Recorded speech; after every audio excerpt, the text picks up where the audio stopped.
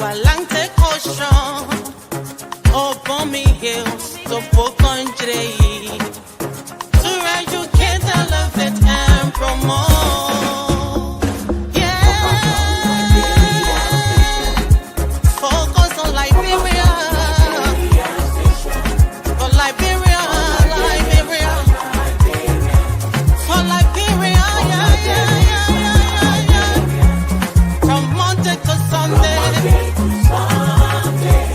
From Monday to Sunday, it's focused on Liberia.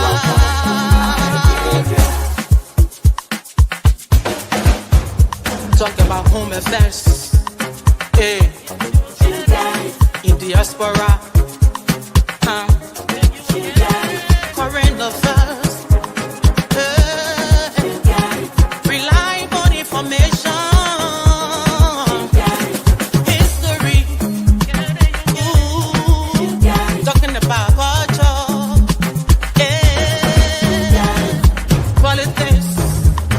Education, entertainment,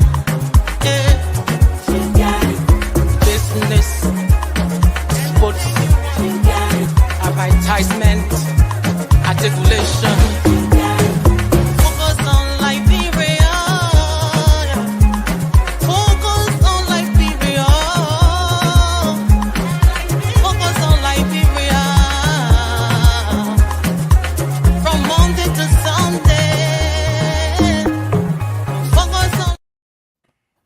Hello, ladies and gentlemen, and welcome to Friday Night Debate on Focus on Liberia. My name is Dennis Jai, and we are broadcasting from Atlanta, Georgia.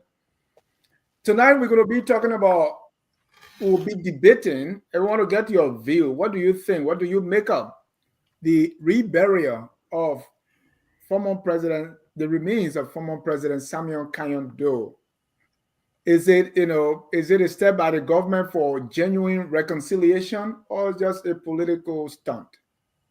Or is something else? We're going to be talking about that. Also, the arrest of the former Foreign Minister D. Maxwell Kemayah and others. Well, is it a genuine fight against corruption? Is it witch hunting, as the CDC people will call it? Or is it another bluff? Or is it a bridge to nowhere? Coca-Cola, it just start, you go low, it's gone. What is it? We're going to be debating that.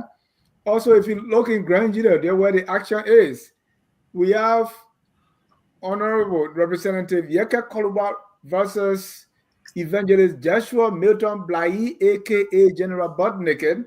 They are throwing some jabs there in Grand Judah. All of them, Joshua dressed in kind of military style. Remember, during the campaign, he has a suit on. Don't try it. So he probably got to defend President. But also, they fight during the funeral. Now the burial of the former First Lady Nancy B. Doe has not gone away. Mamie Doe and Zoe Penno, they're still fighting. Who's wrong? Who's right? Where do you stand? Let me welcome the champ's mother and the lawyer's daughter, Glendy Jane Jr. Welcome, Glendy. Thank you, Dennis. Hello, everybody. It's good to be on tonight. Thank you. Thank you. Let me also welcome the bridge to the new generation, Anthony Russell. Welcome, Mr. Russell Jr. Thank you, Mr. Dennis, and my fellow panelists for there's an opportunity to be here, and I'm excited to talk about this topic. Thank you. Let me also welcome Mr. Jimmy Eastman from the nation's capital, the man whose name is synonymous to diplomacy when it comes to Liberia. Welcome, Jimmy. Hey, it's a pleasure being here. I look forward to a great and informative debate. Let me welcome the CDC sympathizer. He used to call himself just before the election, Mr. Evers Morris. Evers, welcome to the show. All right. Thank you for having me, Mr. John. Pleasure to be on. Welcome. Let me also welcome Pastor Esti Salif, our Sustainable Development Coach. Welcome, Coach. Thank you, Dennis. It's great to be here. Been a while. Looking forward to a great show. Let me welcome all our viewers from across the globe. On it's Friday Night Debate. Very soon, Mr. Randy Dapo will be joining us to add to the debate. Well, as I told you, let's start with the reburial of President Doe, which is generating mixed. I mean, I was on the internet and people are saying all kinds of things. So I want to go around the room to get your take. What does this reburial represent? I have that three. I say, is it really an effort towards reconciliation, national healing? Because we know the role President Doe played in our 14-year civil war. Is this a symbol to say, well, let's close the chapter and move ahead? That's what the government is saying. Or is it just a show off, politics as usual? Or is it, somebody told me, said they're trying to rub it in our faces because this man hurt us. What is it to you? And this is not a church, but I'd like to start with the pastor. Pastor Salif. Why are you picking on me, Dennis? Yeah, because we want to start with what the pastor thinks. Maybe it will set the tone. Yeah, I mean, I am disappointed at Liberian people, and like I said, and we always say, we are not a serious bunch of people. We believe in everything selective. Prince Johnson, who was a criminal, murdered how many people? Committed mayhem in Liberia. They celebrated his death, buried him properly. And today I'm hearing people say, oh, Samuel Doe for so-and-so, yeah, he was not president because he took over by coup. If that is the standard we're going to create, Sani Abacha in Nigeria was not president. Babangida was not president. Jerry Rawlings was not president because they all took over through coup d'etat too. So all the other African presidents that took over through coup d'etat, that means they also were not president. So Liberian people, I mean, we have some serious fundamental issues. Samuel Doe was a serving president. He died while in office, murdered, mutilated by criminal Prince Johnson. We celebrate Prince Johnson. We say all the good things about him. And he treated this man like he butchered him like an animal. He wasn't given any befitting burial. So if they decided now, okay, even if they will assume his remains to bury him properly, even if it is just the bones, Joseph died in Egypt after how many 400 years of slavery, when they were leaving, he gave command. They assumed his bones and they took it back to Palestine to give him proper burial. So I don't understand the Liberian man's mentality when they discuss some of these issues, that Nessie Doe should not receive benefit because she was not first lady. All kinds of frivolous nonsense that people have to say. And I wonder what's wrong with our educational system. Samuel Doe was a president. Nessie Doe was a first lady. That's what we know. So giving them state burial, I don't see any problem with that. I don't see any problem with Joseph Boakai going there. They did it for criminal Prince Johnson. I don't see why they can't do it for Samuel Doe.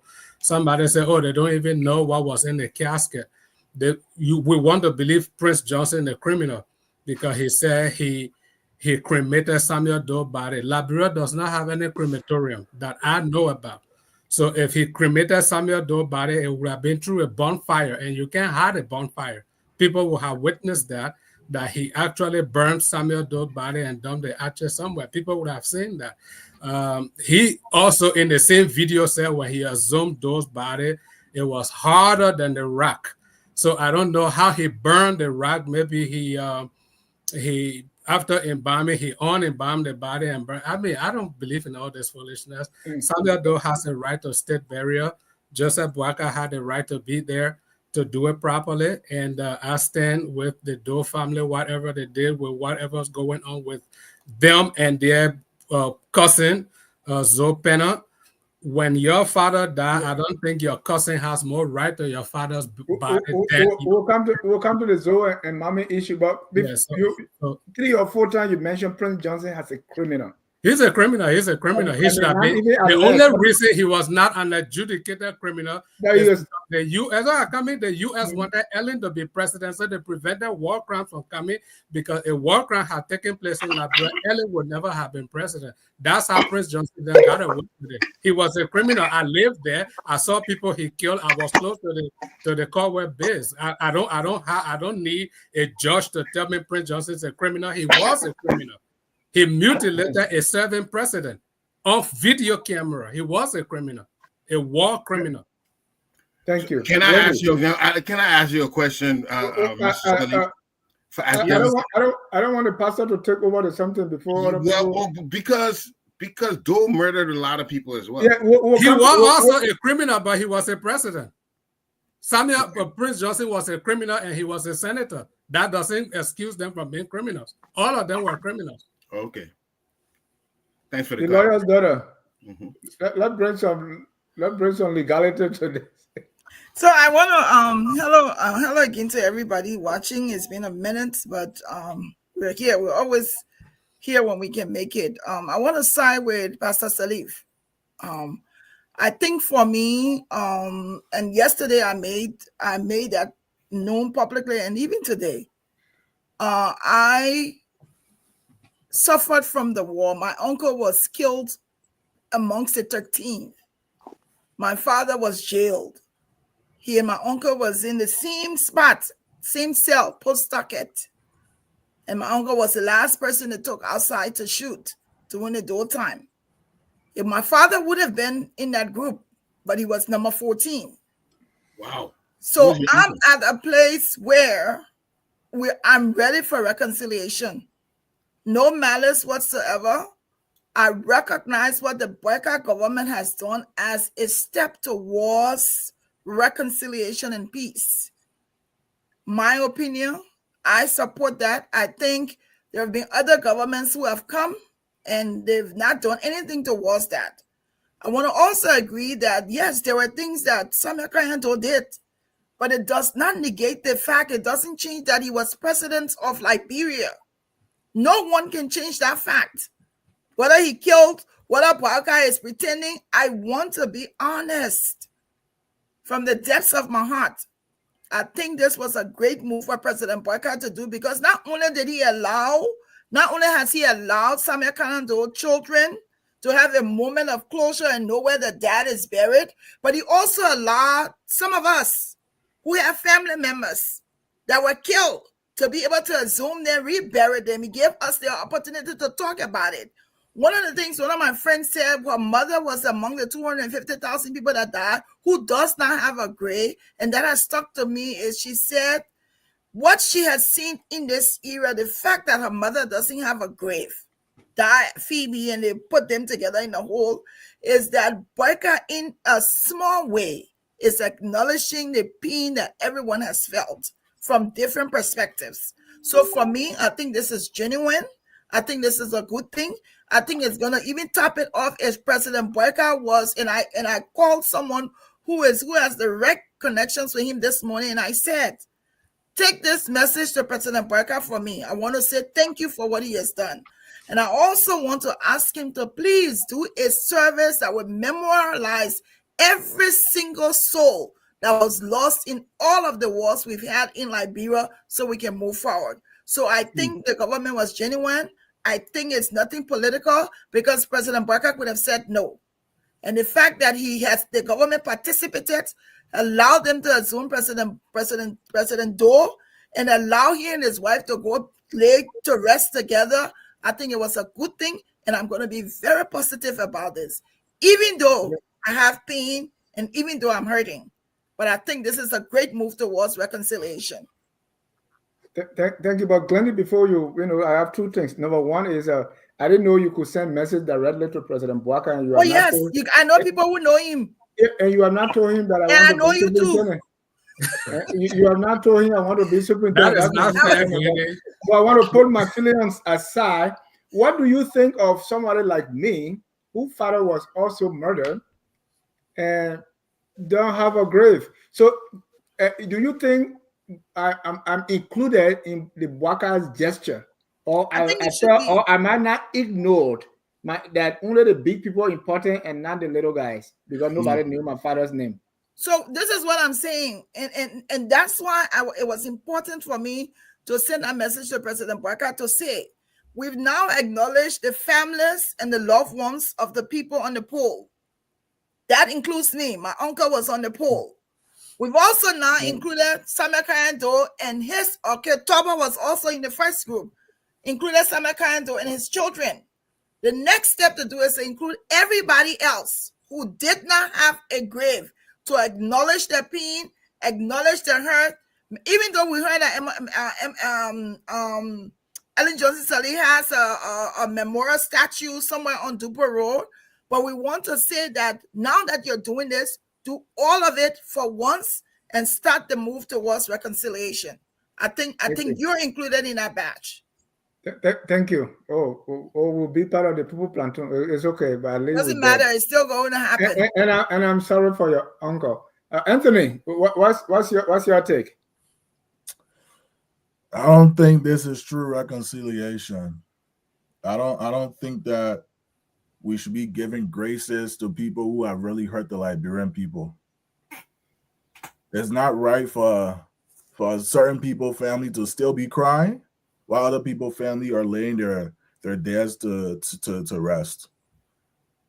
Because you're president does not mean that you have that power to go out and act violence towards the Liberian people, your own people, that you said that you want better for them. And then now today, we are burying you. We're giving you a farewell send-off. We're addressing you first before we address the people that you murdered.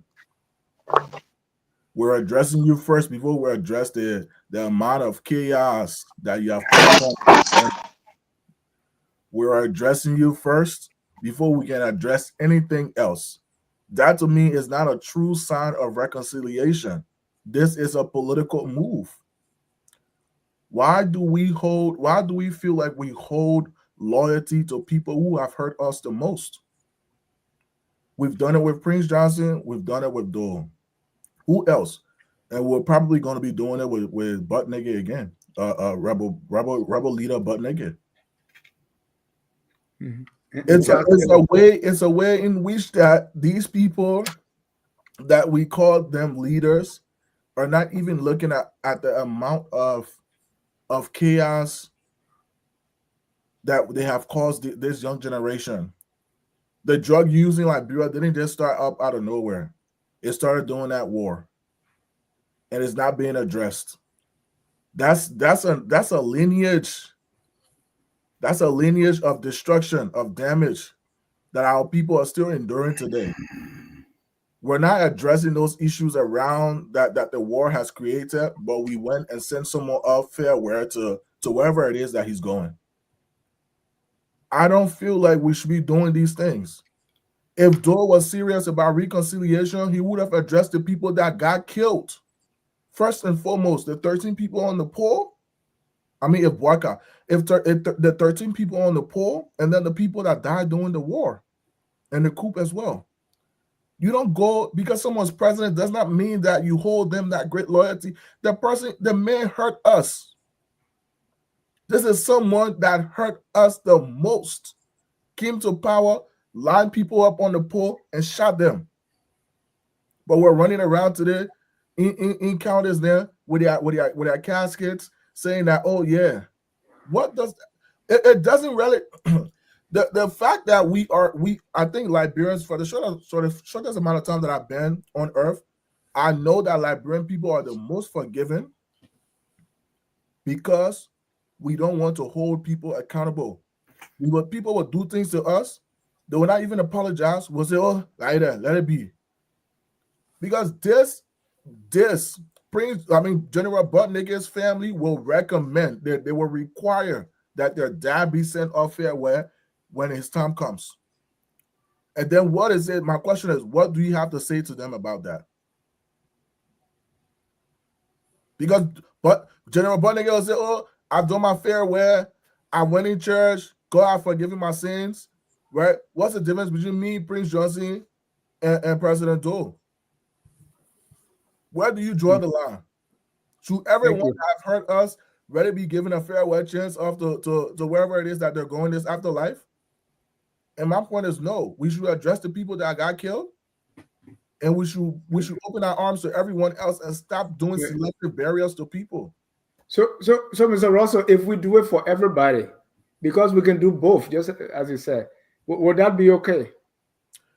My point is that the issue of the people that got murdered should be addressed first before the people that have already hurt us. Dole is not someone that I see that should be, because he was president, doesn't need no sin of. You are rehashing traumas. You are rehashing real traumas, war traumas from people that have actually, been trying to lay their feelings and actions, to rest. Why would you need to send someone off that have hurt the country the most? Thank you. Thank you. Avis, I want to get your take. All right. Thank you, Mr. John. Look, as a descendant of Grand G accounted, I've been very critical of Samuel Doe. I think he did a lot of hurt, not just to the Liberian people, but to the current people in general. His actions stigmatized the people for many, generations, and it's probably still stigmatizing them today. So he's no hero of mine when it comes to his actions and what he did when he assumed power through a military coup, and subsequent actions of his cronies and his fighters, what they did, atrocities they committed. But I want to give credit to the Tubbers family. I think they have been fighting for this for their, for President William Tubber. They've been fighting for this for a long time, trying to exhume the body to give him a proper burial. And I think once they finally lobbied President Boycott and they got that, approved, I think the Dole thing came almost as an afterthought. And he was trying to compensate for the Tubbers getting hit, their family member body exhumed and properly buried. So I think the president, knowing both of these presidents who he worked with, both Doe and Tubber, was being magnanimous. But like Anthony said, I agree with him. Look, people who hurt the country should not be celebrated. Now, in the case of Prince Johnson, he was a sitting, senator from a county that is so proud, and one of the things that they're so proud of him for is the fact that he killed Samuel Doe. So his funeral was seem almost like a final victory lap. If you know the history of our two peoples, the tribal history, you understand that we don't grieve for Doe because we know it's war. During wartime, warriors die. A warrior die, a warrior's death. That's the greatest honor you can get. So for people who wants to, glorify this, I'm not glorifying it. I'm just saying that the reality is that Samuel Doe should not be celebrated. His family can, bury him in a private ceremony. He is not a national hero. And I'll even put that same title on President Tolbert head. It might be a little more controversial because people died doing the rights right. Just like Doe would try to take 2 steps away from the atrocities that was committed in his name, President Tolbert's supporter would tell you that he didn't kill anybody. People started looting and their body needed to be shot and killed. Well, he too committed atrocity with those people who were killed doing the rights right. So he was no hero himself. But of course, he got that burial because his family had been lobbying for it. So I think what the president is doing is kind of it's good, but like Anthony was saying, you're doing things backwards because they should come after a war crimes court after the country has gone through the most painful part of it, which was to lay bare all of the crimes, all of the grievances of the nation and its peoples through maybe a court system or a reconciliation, conference or process. And then you lay these people to rest after we grieve and cry and come together. Then this will be the final step. But he's doing this before we've even had that process gone through. And everybody can have their names and their family members who are, not buried, like Mr. Jai and Anthony and others who have been hurt. They can come forward and have their final closure on a national stage before we can bury, these individuals. But I just think, for me, it's a non-issue. It's not an issue that people should even cut their hair over. But I'll leave it there for now, Mr. Jai. Thank you. And Jimmy, I'm coming to you. Let me welcome Mr. J. Randy Dapo. J. Randy, been a while. Welcome to the show. Oh. Yes.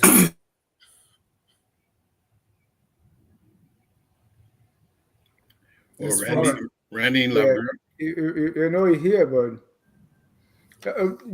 Jimmy, let me come to you because before the show in the back, I was saying, well, President Bouaka should connect us with what he's doing, because the TRC addressed all these things, including the reburial of President Doe and President Turbot. But just like Anthony and Elvis said, it's like they say he's doing it backward. I say it's like it's not. He's not connecting it to anything. Is it connected to reconciliation? What actually is he doing? What is he saying? Well, let me get your take. Well, what happened today and over the weekend, over the week, is called a ceremonial reburial.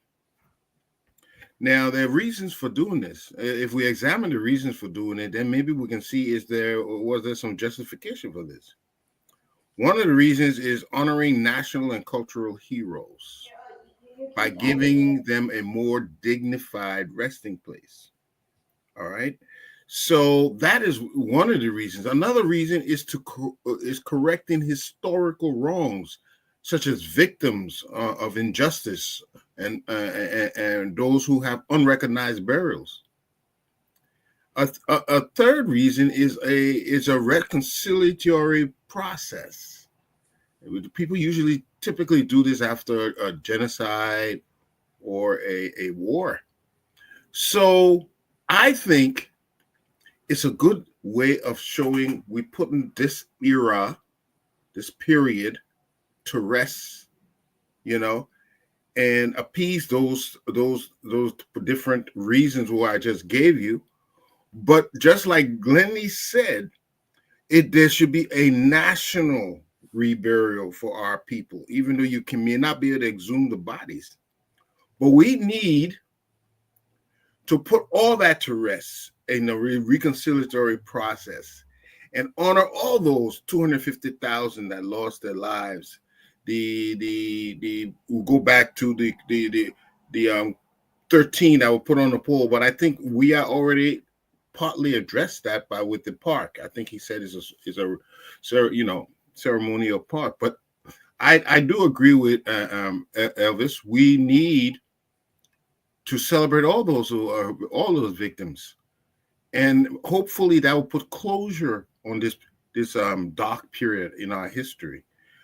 But so even though, we all have blemishes on our record, some more than others, but the idea is we want to move ahead with a healing process. And if this is going to heal many, then it's a good thing. Now, at first I thought, just like Anthony was thinking, that this is a political scoring political points with Grand Gideons. But if President Bouaka is going to make this truly about giving honor to those victims and those people who lost their lives, then there has to be one for the entire 250,000 people that lost their lives, and all those people who died in the Lutheran church. All this thing we have to bury our people and move ahead, and hopefully that will put to rest this dark issue period in our lives.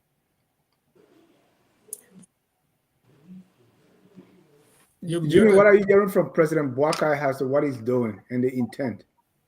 Or are we just assuming? What I gave you were general reasons why this is done. No, what is President Bouaka saying?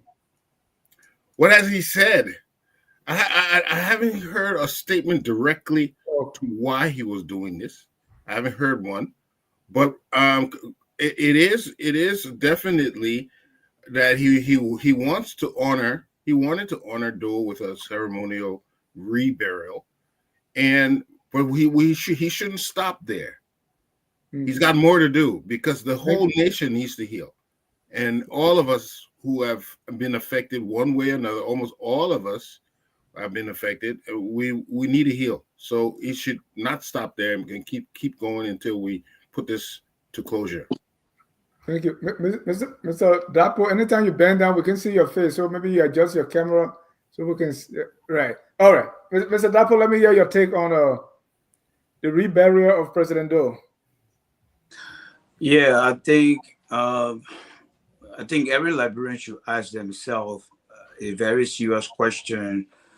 That is, why are we in post-war Liberia after the death of Nancy B. Doe trying to create another historical past that have to do with Samuel Kenyon Doe?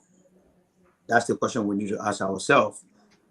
Because then, as you and I know, being on social media, I think we have acquired a lot of experience so far to be able to ask some objective questions. Let me take you guys back to the testimony of Prince Johnson. Prince Johnson, during his testimony, said that there was a time where he was being accused by Dr. Amos Sawyer and others that he ate the body of Samuel Kenyon Doe. And then international journalists came and started asking him whether that was true. And then he asked his guys on his base where Doe was buried to go and dig out the body, as he said. And then the body was shown to the public and the journalists. And then he also requested that the body be reburied. But then there was a guy called General Vani who said we can't bury him twice. And his body was burned and the ashes was scattered over a river. He didn't say the name of the river.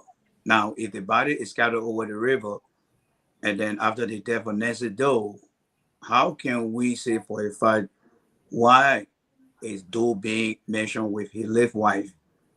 The question also should be, who authorized the recreation of Samuel Kenyon Doe body to be buried? It is one thing to memorialize somebody, but it's another thing to create a cascade, giving the post generation that believe that there is something in there. Scientifically, I mean, who conducted a forensic investigation with DNA evidence to show that actually what was in our casket is actually something that is associated with Samuel Kenyon Doe. This only speaks to the strategy that Mr. Walker continued to put across the country. This is nothing but a political motivated reconciliation that is all projecting for 2029.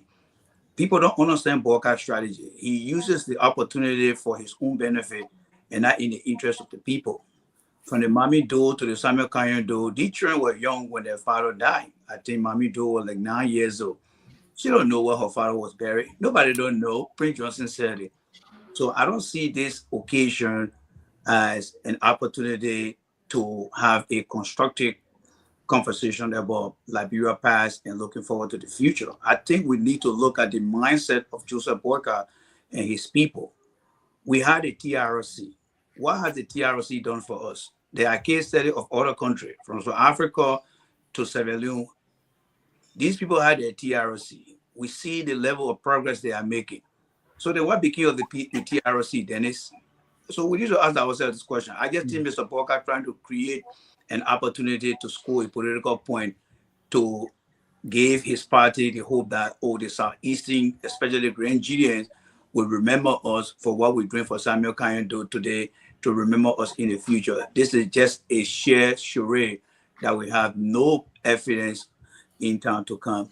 I turn that over to you, Dennis. Mr. Jai, give me 30 seconds. I just want to give some tribal insight. Mr. Davo, are you from River G? I'm not a tribalistic person. Just ask the question, sir. I don't believe. No. This is just a question. It's not an argument. I want to say this because traditionally and tribally, the name Samuel K. Doe, his K really means Kwee, which means in the service of the gods. He's a traditional man.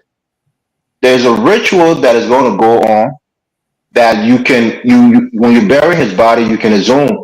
I mean, I don't want to get too deep into it, but you can attach his spirit and bury him next to his wife. It's a traditional thing.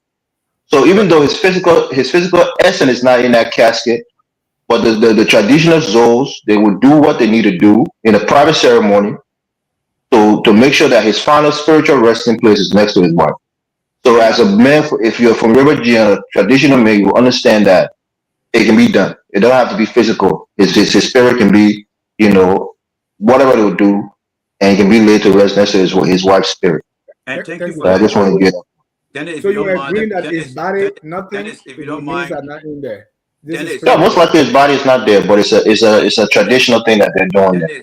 Dennis, But if what you does don't it mind, matter, Dennis? Even if the No. casket is symbolic, what does it matter? Who's here doing scientific evidence? Who's getting an autopsy on that? Really Dennis, doesn't matter.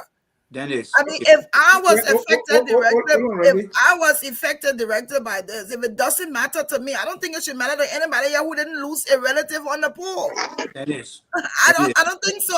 For us to be interjecting now and saying, "Oh, we're supposed to have scientific evidence. We're supposed to check which one of us here is related to Doe. Which one of us here a Doe child, or a daughter, or son, or his children."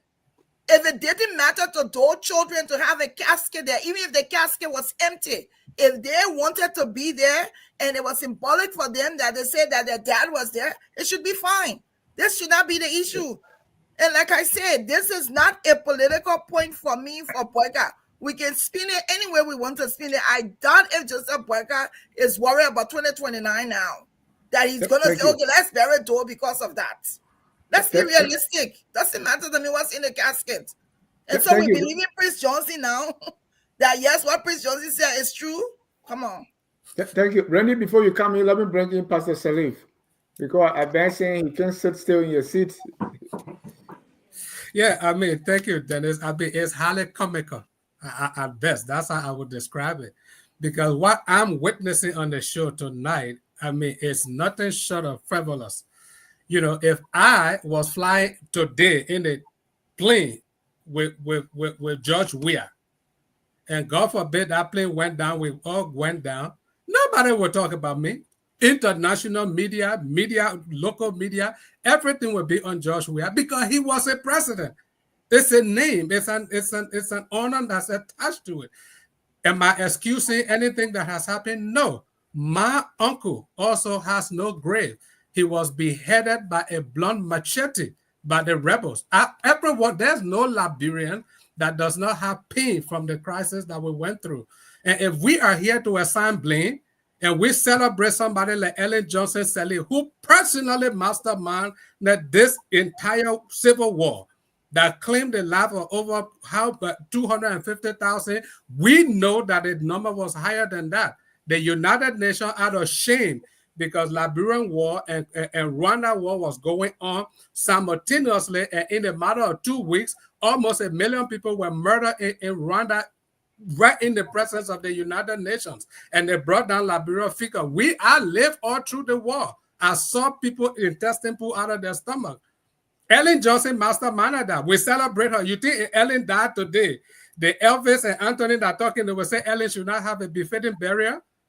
Because she masterminded. Hold on. I will say so. Because she masterminded the war that killed. I will say so. Yeah, because she masterminded the war that murdered over 250,000 Liberian people. It has happened. Yes, this was a symbolic gesture. I'm not going to take Prince Johnson's word as Holy Bible because he was a criminal and a liar. So whether there was body in the casket, there was no body in the casket, it was a symbolic gesture that, okay, we want to pay that final respect to a serving president who died as a president, his body was mutilated by a criminal. We want to give him befitting burial. I don't see why anybody would think there's a political honor to that gesture. All we should be saying, okay, President Boyka, now that you've done it for Doe, let's do it for the rest of the people that died. That's the first step. Let's continue. Are you not also? Anthony, are you not also on the verge of telling people how they should grieve or how they should feel the pain? No. I'm not on the verge. What I am saying is for people to say what Boyka did was wrong. He shouldn't have done it. Oh, the reconciliation. Who canceled the Truth and Reconciliation after millions of dollars was spent? Was it not the same Ellen Johnson Sirleaf? What was the conclusion of the Truth and Reconciliation? The conclusion was everybody who directly took part in the Liberian crisis should never have been in politics for the next 30 years. Who's crashing? Was it not Ellen Johnson? Did any of you come out? It was Ellen Johnson and Boyka. They were in power. So exactly. But Ellen was the president. Boyka was not the president. All right. Let me let Randy come in. Randy, you wanted to come in quickly because we are moving on to the next topic. So I want you to come in. Yeah, I hope when I say something again, people should not come back to create another conversation because it will be in a loop. Look, the thing here is we should be very honest with ourselves here, Dennis. I understand many Liberian mindset, but I will be very straight with everybody here. I'm an engineer. I don't build solutions based on false pretense. I don't make decisions based on assumption of things. So when I come to Liberian politics, I look at things from principles because I operate with principles. And what I try to inject into this conversation here is this. Madam Nesibi do die, but it seems to be that her death has become a secondary focus and Samuel Kanyado becomes a primary focus, which is not the case. We have a true body that we all know that is Nesibi do. I understand the brother who was asking me about my traditional background. We must respect our tradition, and that is why we have the constitution that doesn't take side with any religion or tribal affairs.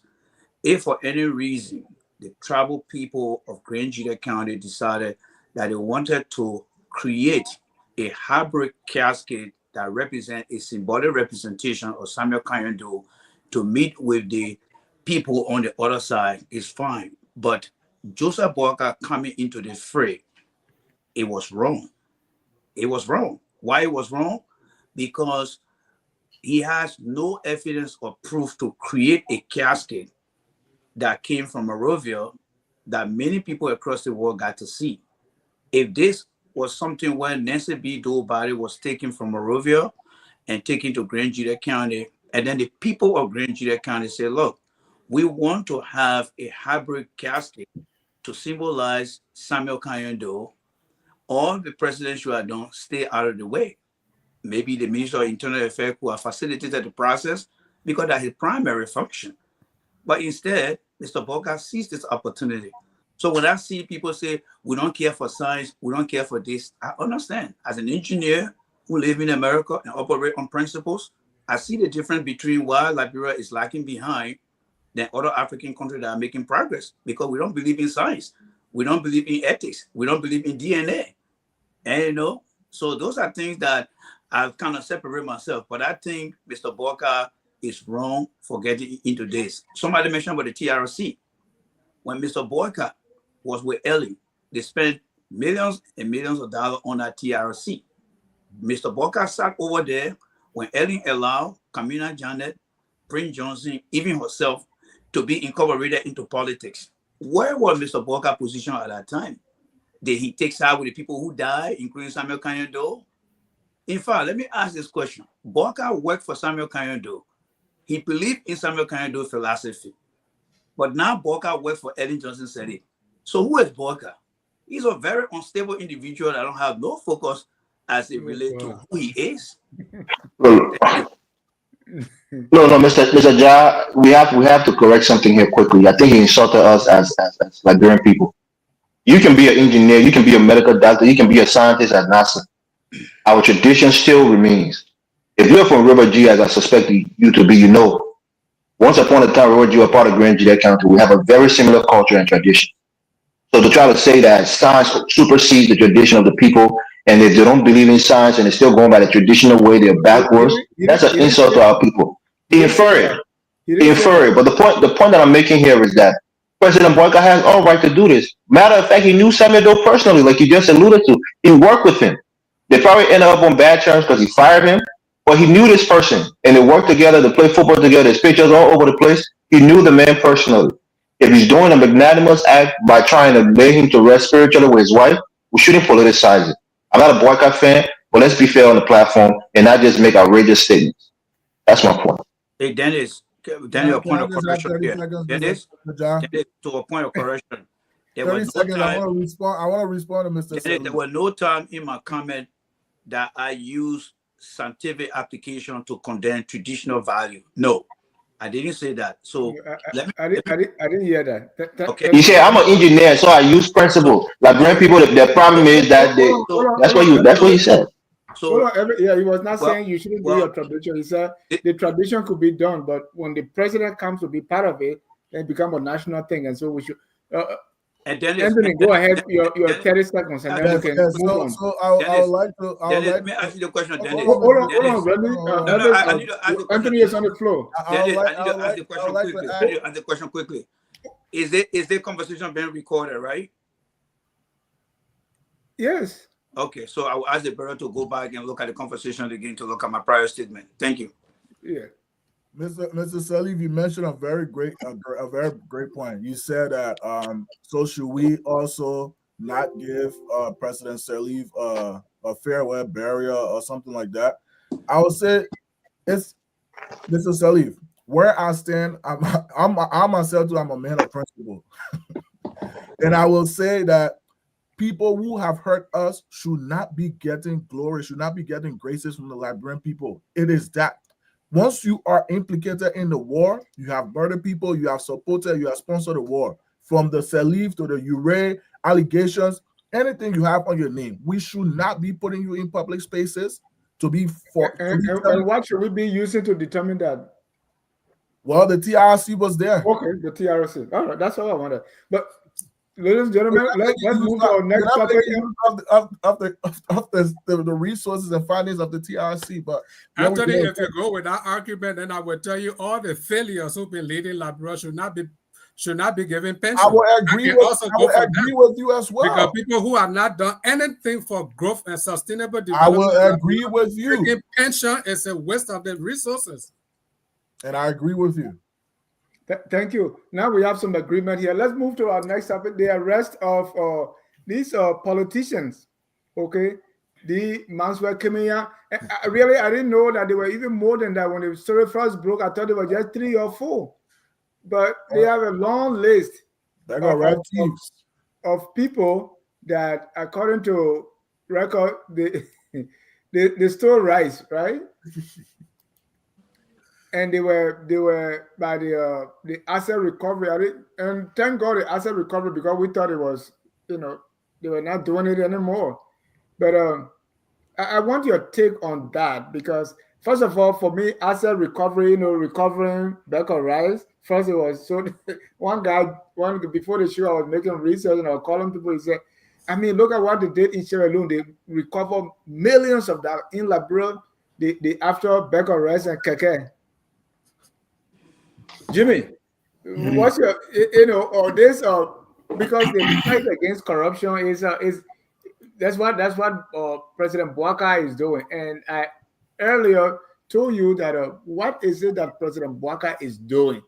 Because the fact that let me add the fact that he's not talking, it makes things very complicated for us to know exactly why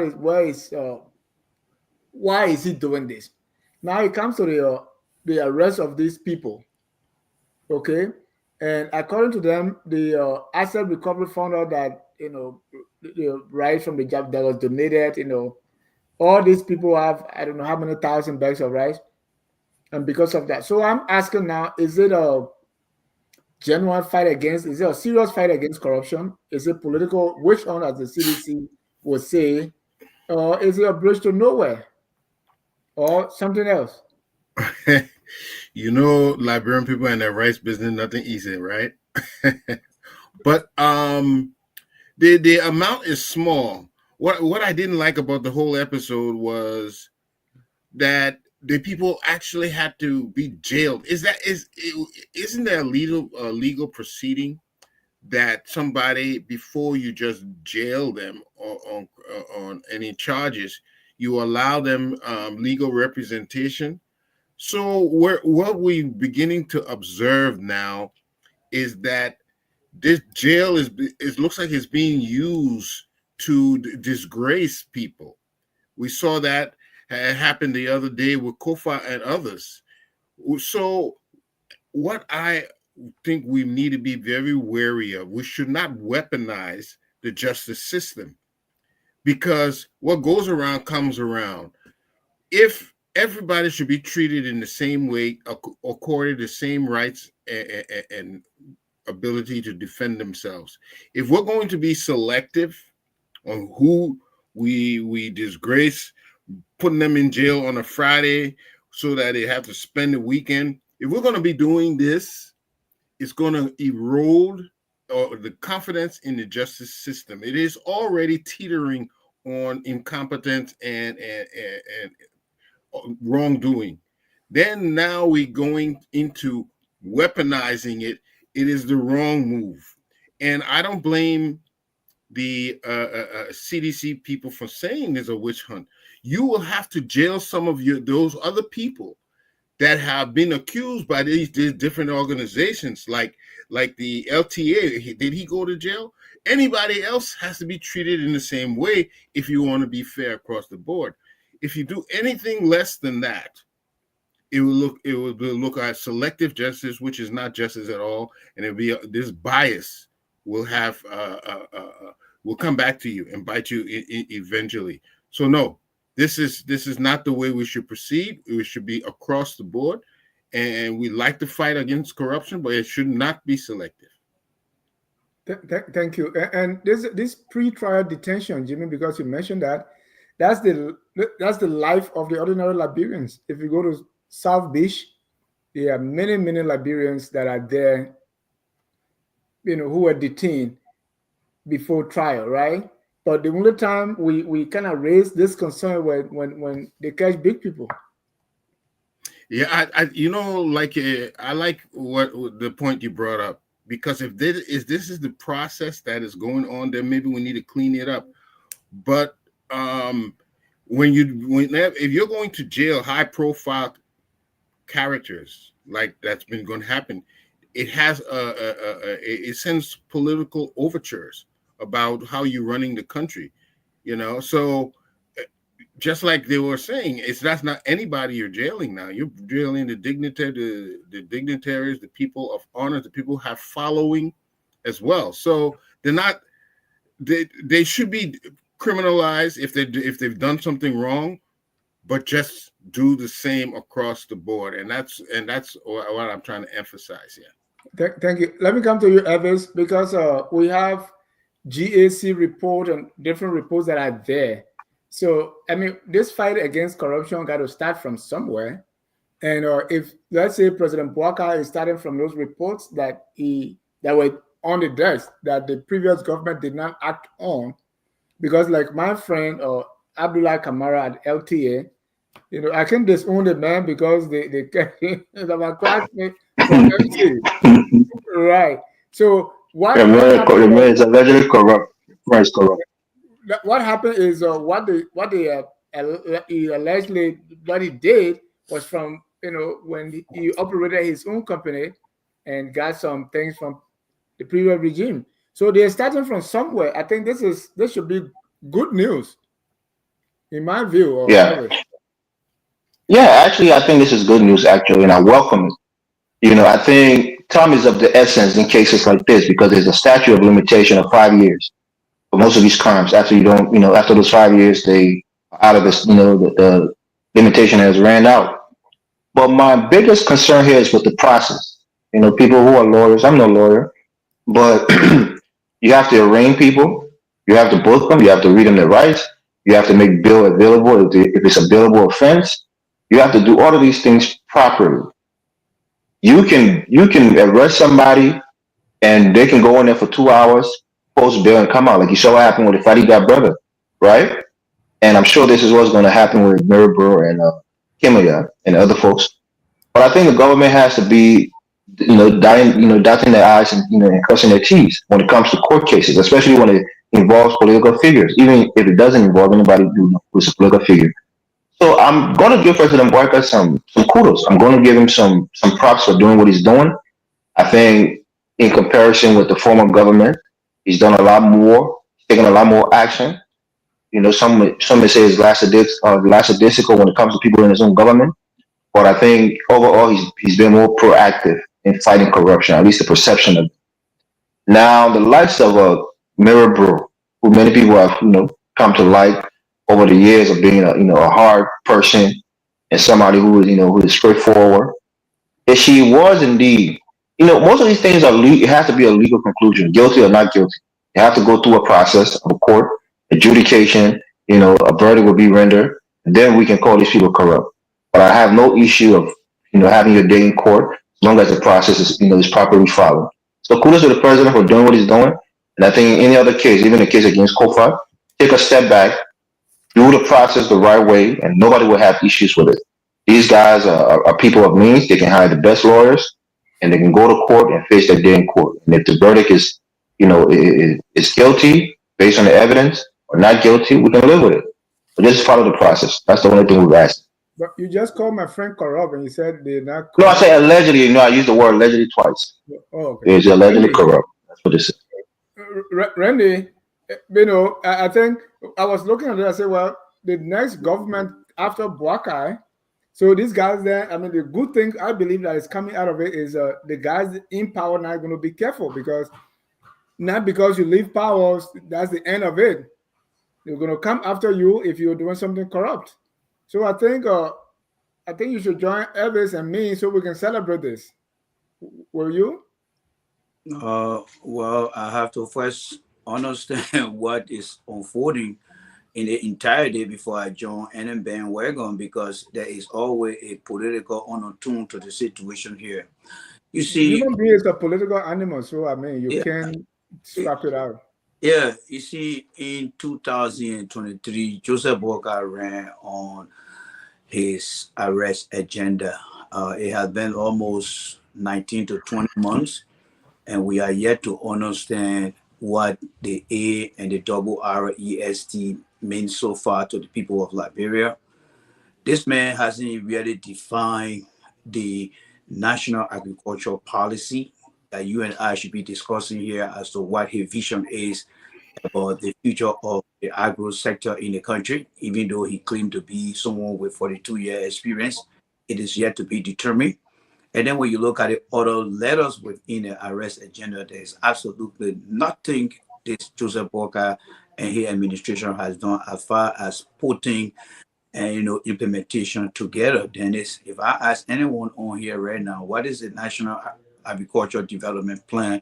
What is the National Road Network, and whatever it is, where is it? How do we verify these things? Do we go on every ministry website to see the 3 to 5 year vision plan? There's absolutely nothing.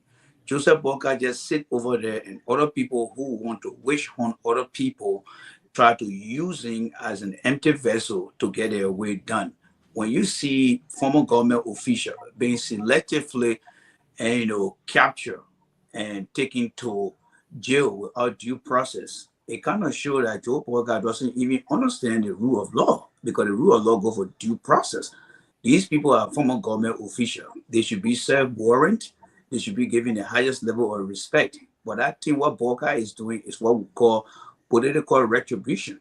And Boca is using political retribution to go after every politician in the country, while at the same time trying to dismantle each political party that he sees as a rival to him, especially the CDC.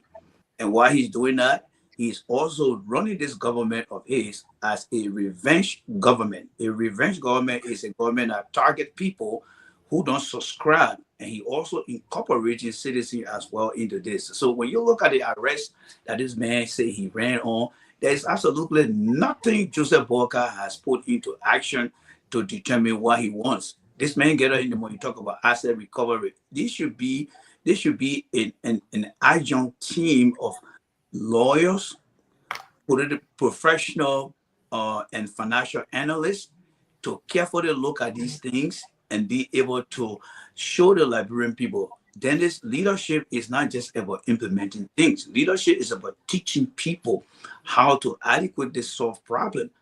I mean, look at what the president did, Mr. Boca. He went on the ground of the House of Representatives without no investigation.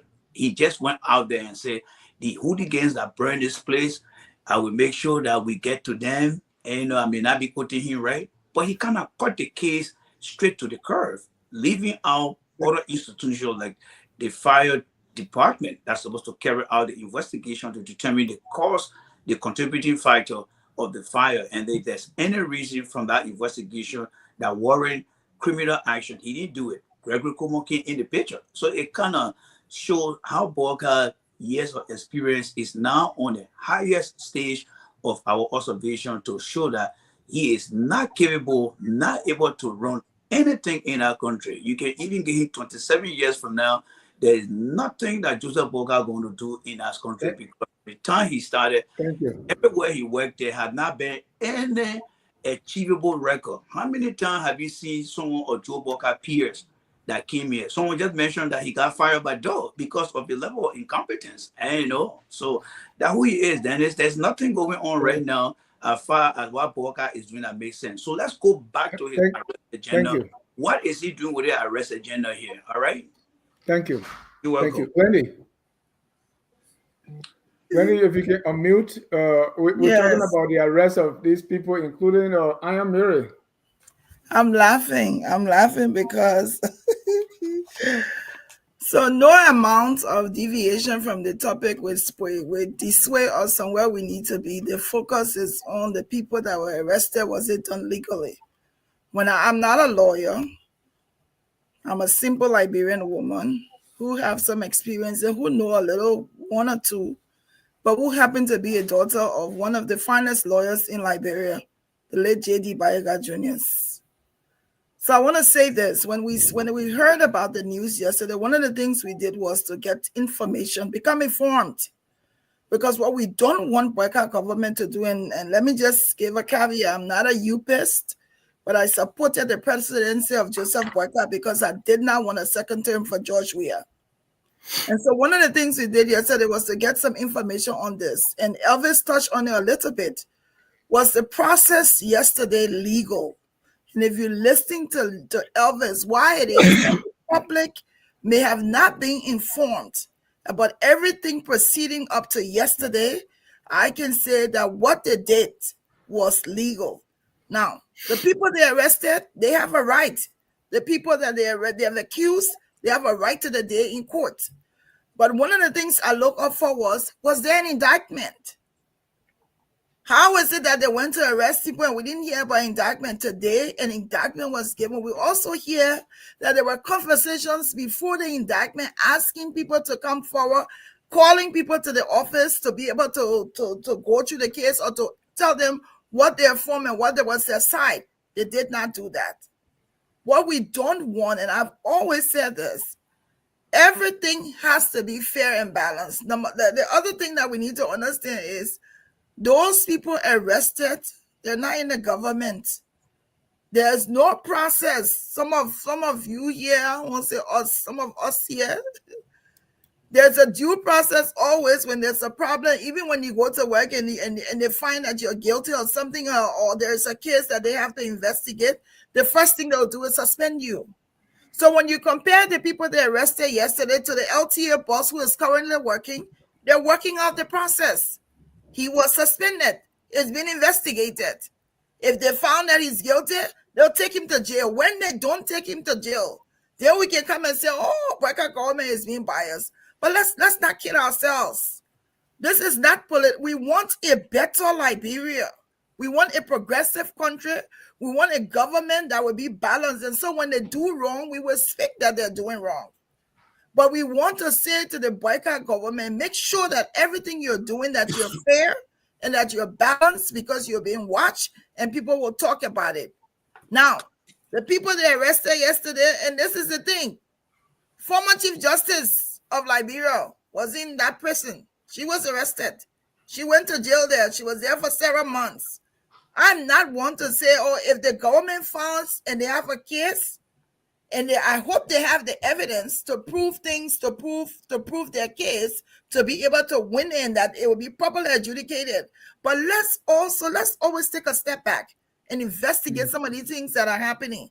And not just speak up because we're against the Boakai government or we come from another political entity and we just want to talk and move all around. The focus is on yesterday. Was the process yesterday legal? For me, because I saw the indictment letter, and we say, yes, they called them to court, they arrested them, they told them what their charges was, they went to jail, and then they were able to be bailed out. I think for the most part, based on what I heard, what I saw, what I read, the government followed the process. Now, we hope that they have the evidence to be able to prosecute the people, because if they don't, that's going to be a problem. And we are not lawyers here, but, Glendy, what legal process took them to South Beach jail in the first place? So that is the thing we have to find out. And I know Jimmy talked about it a little bit. When you arrest somebody, no laws, so I'm just saying, when you arrest somebody, Dennis, you have to you first of all you give them the charges. The people, when someone is indicted, correct? And they say, okay, they could have kept them at the police station. Exactly. They could have kept them there. But that is the question that we have to ask. Why go to Central? Was it at the point? Because I know at some point in time we're following where they say they were not even allowed to speak to the lawyers. Once they were able, when the lawyer, because we heard Purple, once they were able to get access to the lawyers, then of course it was billable. That's why you watch these proceedings, you constructively criticize it, and you don't be political on some of these issues because we're watching every step. Is there a reason? Is it politically motivated that they had to go to prison? Could they have kept them at the police station? I too have a concern as to why we keep going and looking at sending them to Central Prison. Was it against the law to do that? Ask the lawyers. I don't think it was. I think so because I asked a lawyer yesterday. It was not. Yeah, Glendy, don't take me for granted. I know plenty of things. I know. Because the legal system, you have law enforcement. The last will be the correction. So for you to send someone to correction, that means the person is convicted. If you have to hold them because you're processing them, you can hold them at the police cell, right? True. So, but then the question here, Mr. Jai, is South Beach a prison or a jail? Thank you. It's a correctional facility. So because you could be detained without being sentenced. People who are in jail right now being detained and hasn't been sentenced and serving out a prison sentence. So you can be jailed. It could be a right. You can be jailed legally without being convicted. And I thought that was what the police station was for. But Anthony, let me go to Salif first because the pastor Grace should come back. I turn it on my I disagree with him, so go ahead.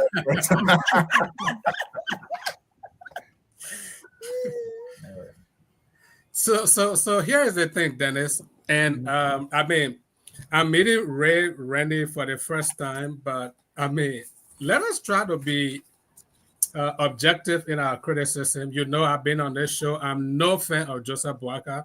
Elvis knows that. Everybody on this show knows. I'm no fan of Joseph Boakai. But we cannot be in one voice crying against corruption in Liberia. And then in the other voice, anybody that get indicted will cry witch hunt. Then how do we start this fight of corruption? So I will just contribute to this by asking a simple question to Jay Randy. Since you cry it's a witch hunt, question number one, did Saudi Arabia give Liberia some rice that the amount came to 400 and something thousand, close to $500,000? Did Saudi Arabia? It's a rhetorical question. Keep your answer. Two, did the rice reach Liberia? Was there a reason why the rice was sent for ordinary people? Did the Weir administration distributed that rice to the people that it was intended for? The answer to all these questions are no. So if the rice was mismanaged, if it did not achieve the purpose it was sent for, shouldn't somebody answer a question for that? So how is that a witch hunt? These were the people who were in charge of it, the foreign minister, the Iron Lady herself, and all the other people involved with it. So are you saying nobody should ask questions? Because we are setting the wrong precedent right now that going forward in Liberia, anybody who's indicted for anything, they should just cry with her. Let me interject before you go. Yeah.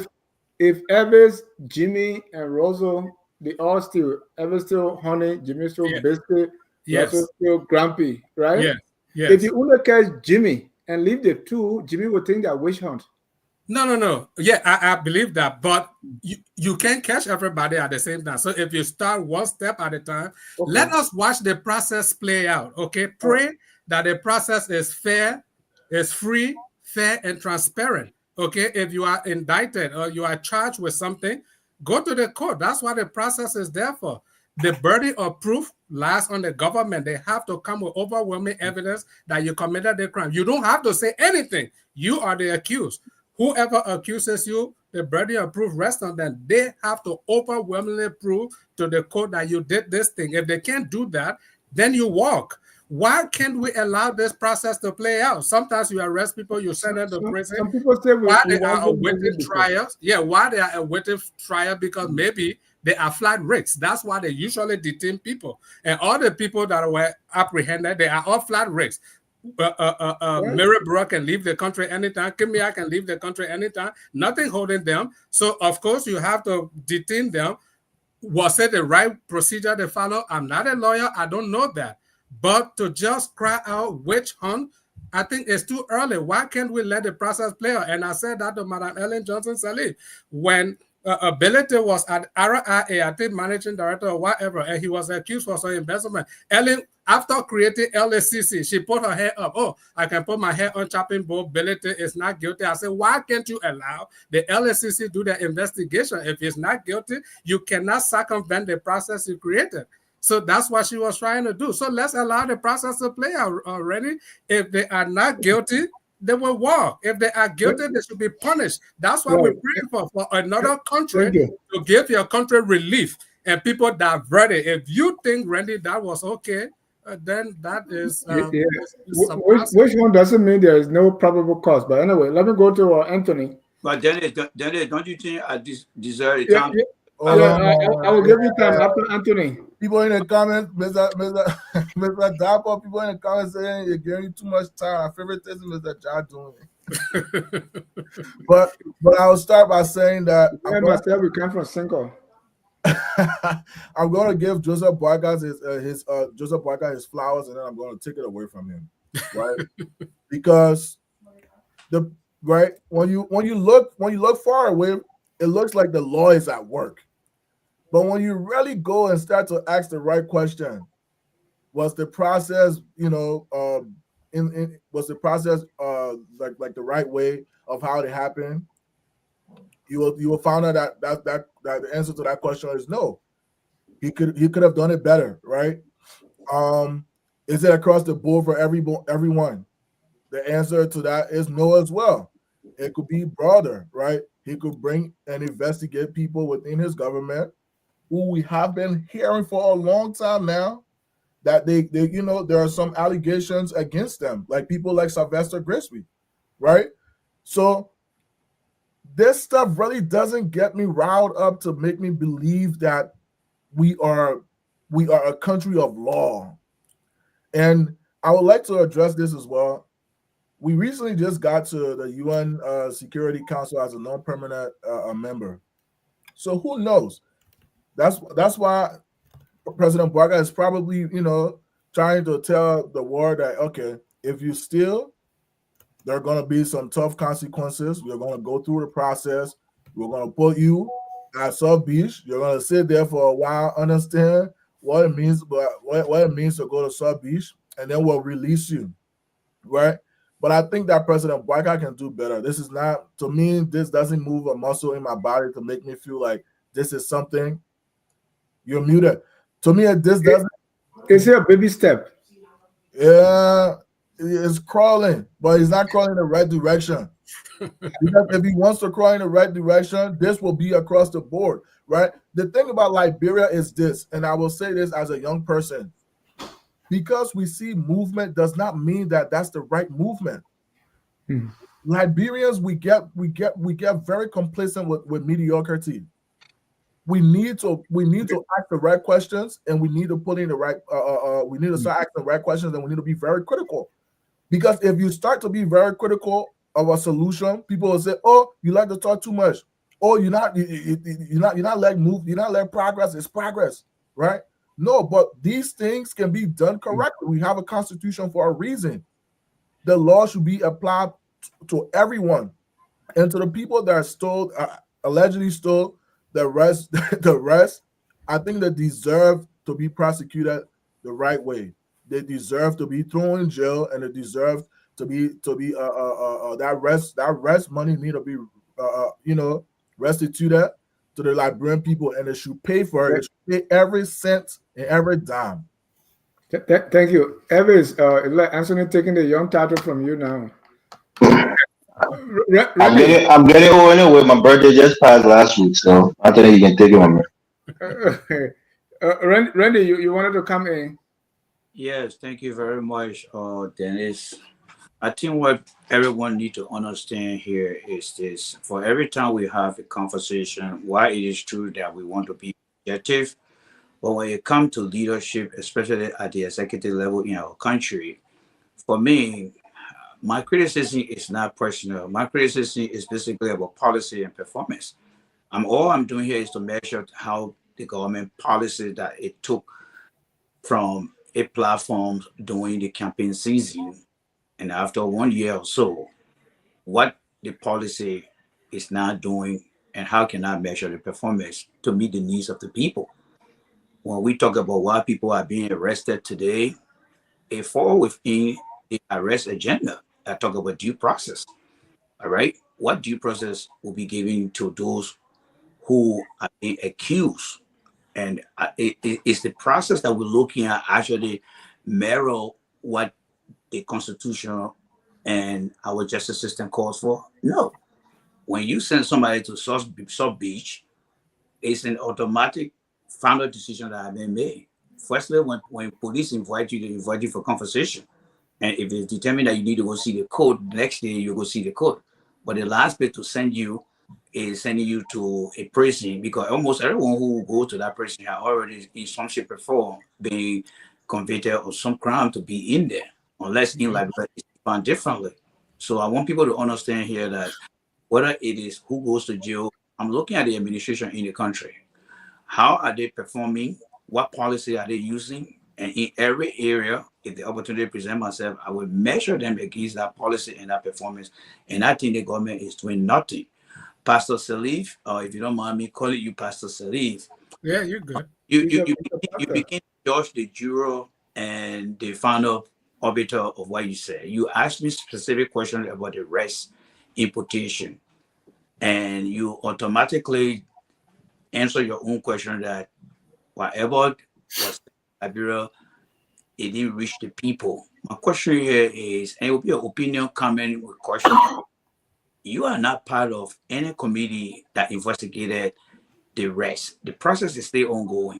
And then you just come out and say, oh, nothing reached to the people.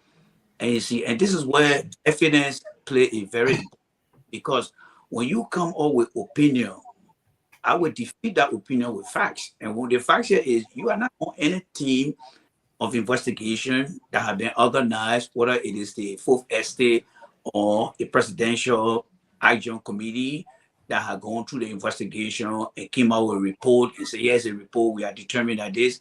So we need to stay away from some of the presumptive assumption of making the case here. I just want to be honest, because if I sit on the platform, I'm not just only speaking to Liberians like every one of us. We should be speaking to people across the boundary lines of Liberia, and what we say should be measured here. I'm not here to single out any person or group of people here. If Thank you. Randy, your 1 minute finish. But Mr. Jappy, give me 30 seconds. If the rights have reached the people, would they be arrested at this time? Hold on, gentlemen. I will only give Glendy 30 seconds, and then we move to our next topic.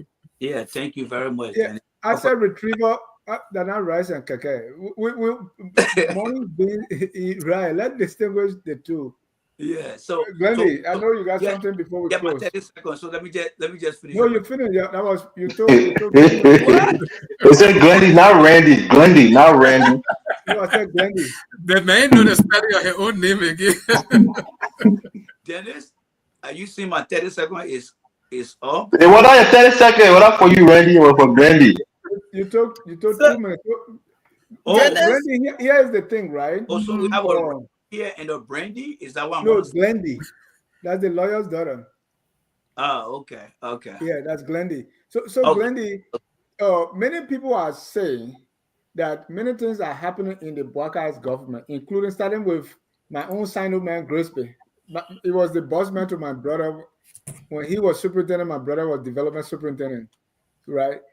Do you remember the NASCAR thing?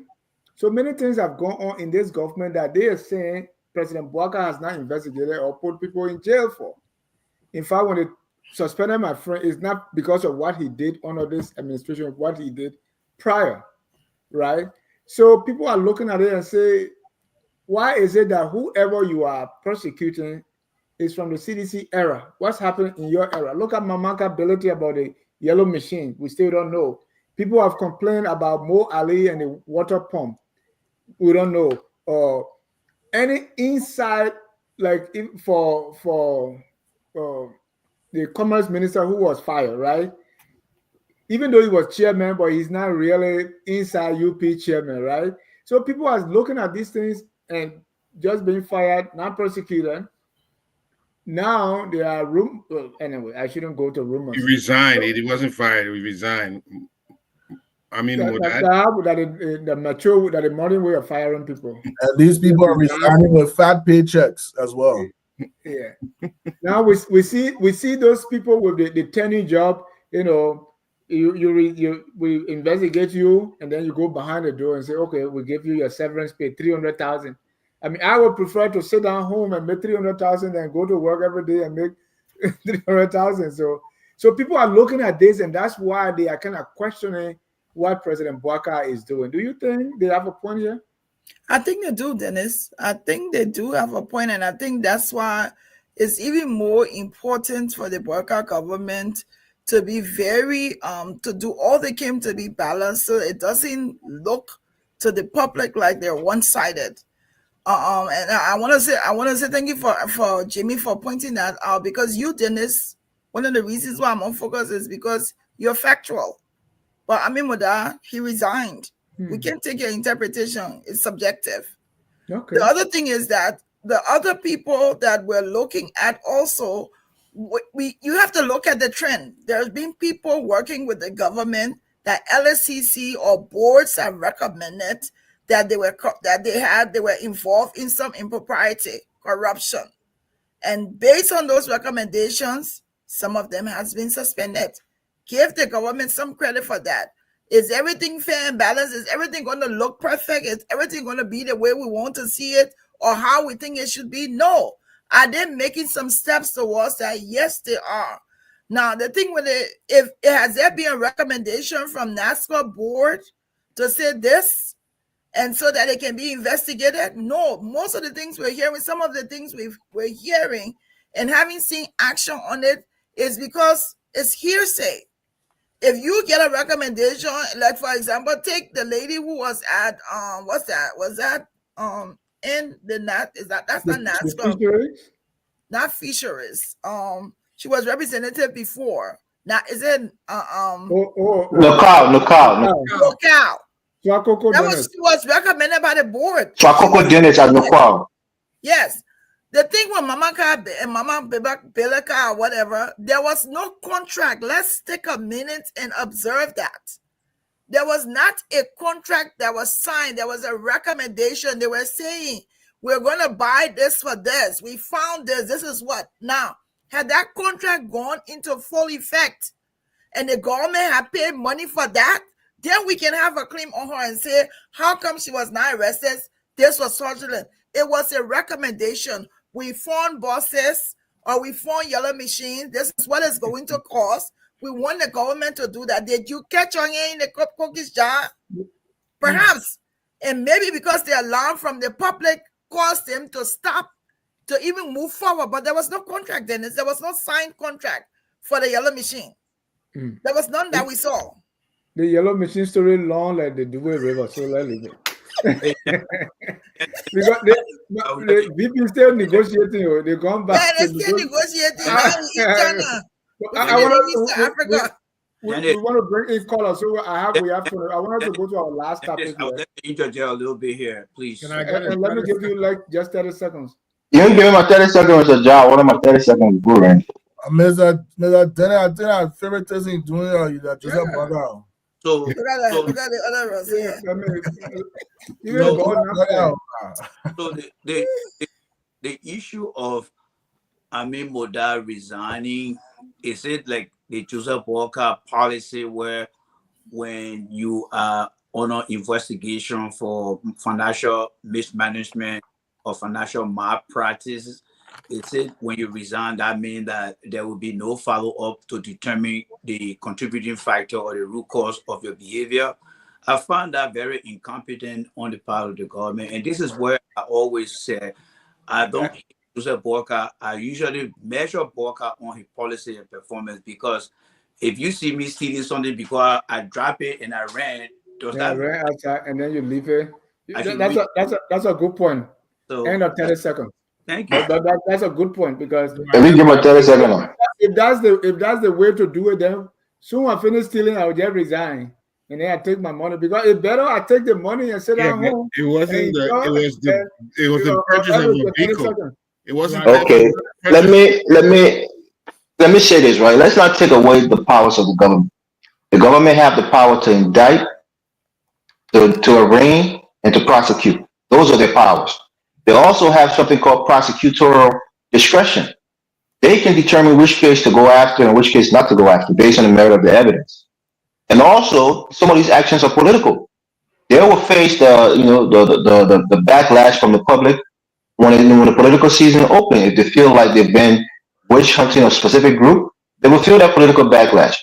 Or as it's constituted, the government have the power to arraign these people, prosecute them, and have a legal conclusion to these cases. So let's not just criticize everything. They can also they have the discretion on who to prosecute. If the case is warranted, they'll prosecute it. Thank you. So let's just clarify that. Thank you. Our friend Joe Moise, I spoke to Miro Bro about an hour ago. She claims to be innocent, and she has documented evidence to prove that. She can Well, prove that in the court. Glenn should have been the last on this topic, and that's my discretion, I think Okay. Yeah, so we move to the last topic, which is, the fight here, right? And all of you are winning. Today was Evangelist Joshua Milton Blahyi, aka Butt Naked versus Yekeh Koluwa. He said, well, Yekeh been cutting the president, he hit the president. So the way he here with people around him, is not safe for the president. So I gave him 20 minutes so that if I want the police and the army to be with Yekeh to avoid hurting the president, because somebody may join his group to do it, right? If that doesn't happen, I myself, because he has some men, and the way they are dressed, I don't know what kind of uniform is that, like Malaysia, right? So, and then I will go there to protect you and all that stuff.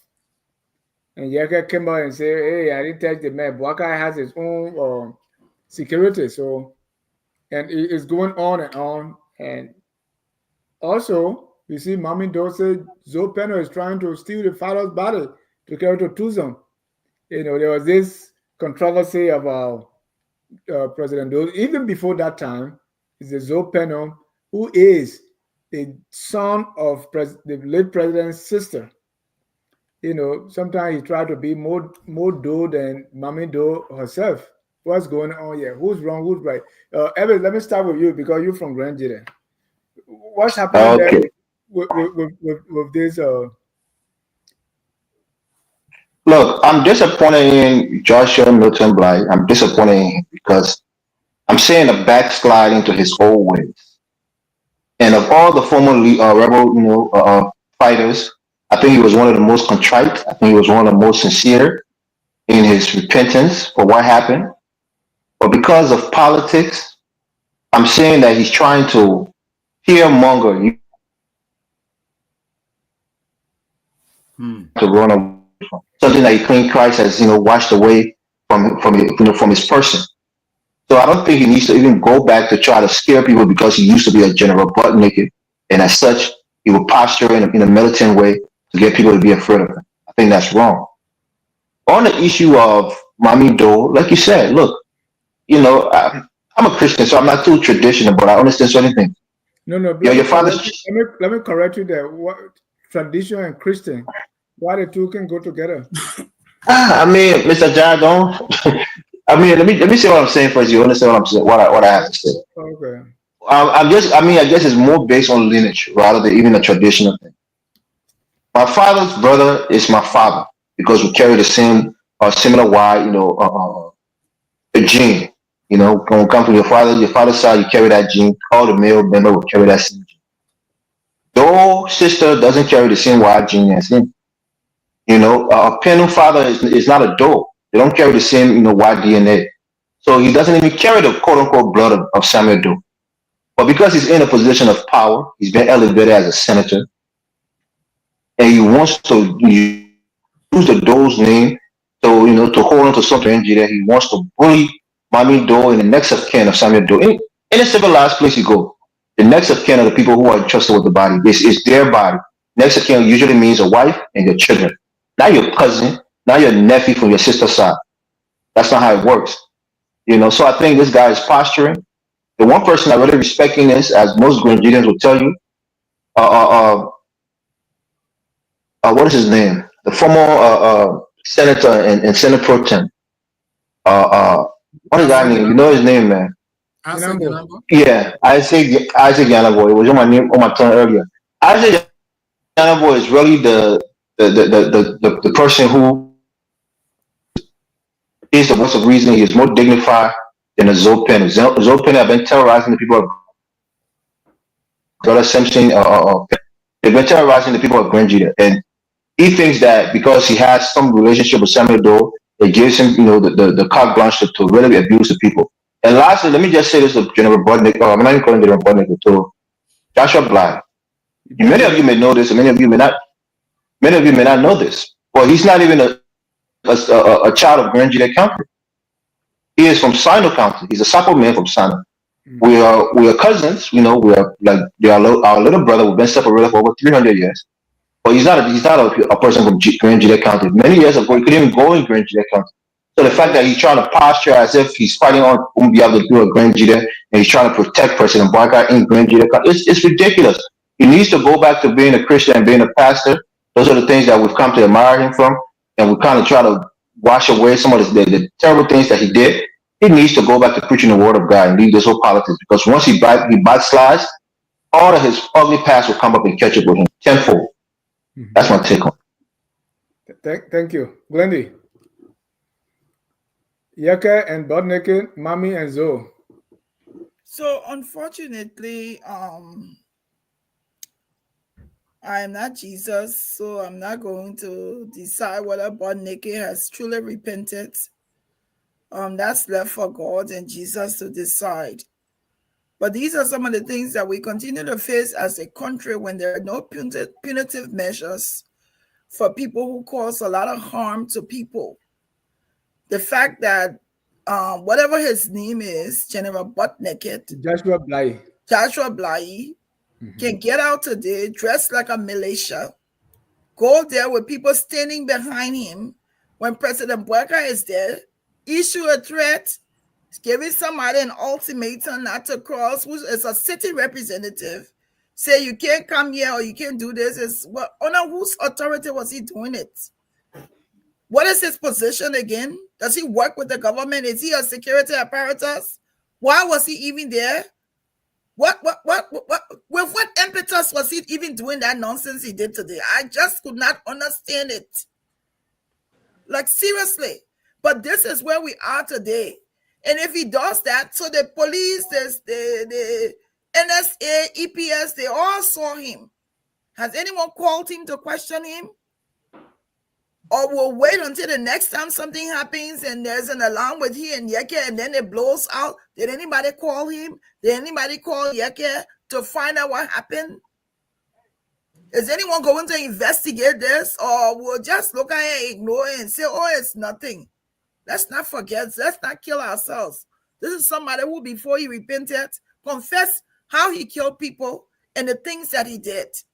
So what he did today was totally not necessary. Totally, and I hope he's won, because he proffered today like he was working for the government of Liberia, which was very sad. Now, let me just say this. In the finest tone possible. Yeah, I know you can. I am extremely proud of Mamie Doe. Extremely. As an eldest daughter, as a legitimate child, I'm extremely proud of her. And she is courageous to try to save her mother's legacy. She's courageous. And just like Elvis said, who is so penu? You're not the people bred up. You didn't like the girl's mother. Why are you now posturing to say like you in charge of Grand Jide, or you are the godfather of Grand Jide County? It's not right. When I see people sitting around and hailing him and supporting him and trying to condemn Mamie Doe for what she wanted to do as a daughter, it's kind of sad. Quickly, Dennis, that happened to me when my father died. Of course, I'm not ashamed of his story. I talk about it a little bit today. My mother and my dad was married for 45 years, but my father had concubines, and my father had outside children. And when my father died, I had gone to Liberia to bury my grandmother, and comes one of his concubines, the one who considered herself as wife, even though my mother was still a wife, tells me that she wanted her daughter to come to plan my father's funeral with me. That was not going to happen. So people will tempt people when you don't understand what Mamie Doe is feeling at this point in time, with all that her mother has told her, then you will not appreciate what she's done. But if you understand, if you've been there, you will say kudos to her. Sadly, there were children from the other side, from the side chicks' children, who could have sided with Mamie Doe. They could have come. One of the things I found to be very disrespectful from Doe family this time is, we who have been hurt, lost people, will open up our hearts and we say we're willing to reconcile. Joseph Braga said, come bury your pa. The least they could have done was to be humble and not cause all of this circus that they're doing and making it in front of people who's hurting. They say, oh, like one of the daughters said last day, my father was the king. Like, are you kidding me? Let me stop, Dennis, because it will charge my anxiety and my hurt. But I want to say that I think what Zopenu is doing to Samuel Kayan's daughter or his children is wrong. You should give them the chance as children to work out their differences and to lay their family to rest. It's not his place.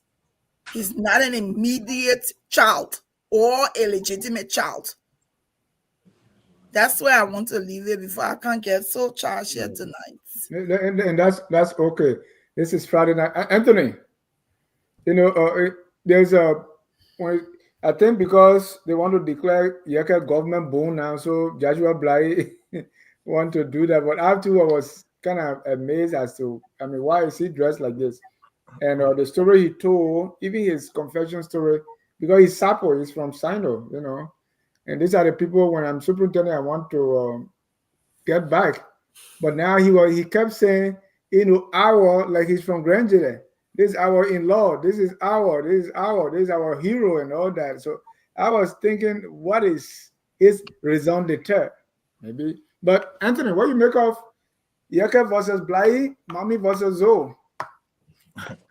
The both issue is, it just shows that Liberians sometimes we get focused on the wrong things. What is a man like General Butt Naked doing around? And I would address him as that because I don't play by, when we have people who are supposed to be thrown in jail along with the other people that have hurt us, right? What are they doing at someone's funeral trying to tell them, a sitting representative, what he should do, what he shouldn't do, trying to tell the AFL, the police, what they should do and what they shouldn't do, trying to tell everyone? It's because we have given this guy the power, the political power.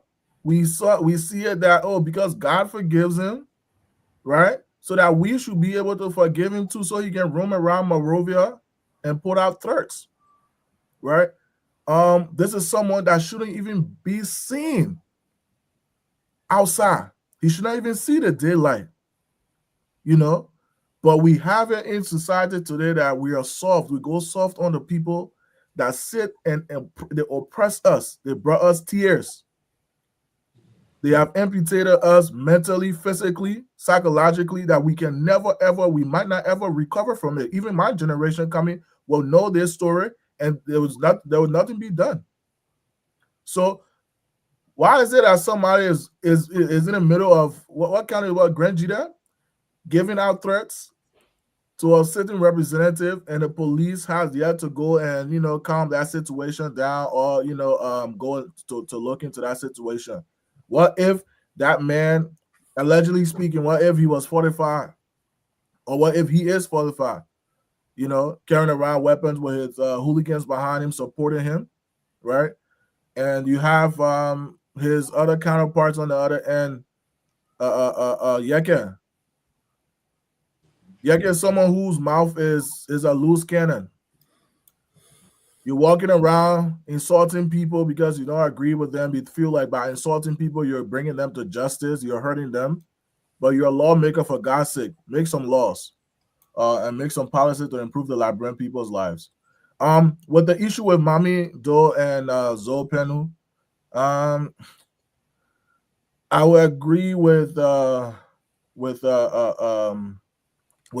so far, and I'll say you don't have any place to directly, as long as you're a distant relative, you don't have any place to directly tell someone who is grieving where to bury their father, what they should and shouldn't do.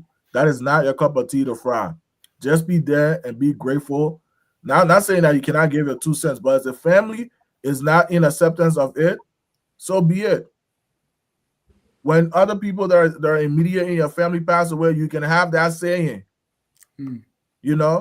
But this is, like I said, it's an issue with Liberians not knowing where to be and what to say. We have to respect people's boundaries, especially immediate family members. We have to respect people's boundaries. And that's how I end on that. Pastor Salif, do you think this has something like, these are all vestiges and result of the war, right? I mean, as I watch the people this time, even the LDEA, when they go burn the drugs, they are dancing. I'm like, where does this come from?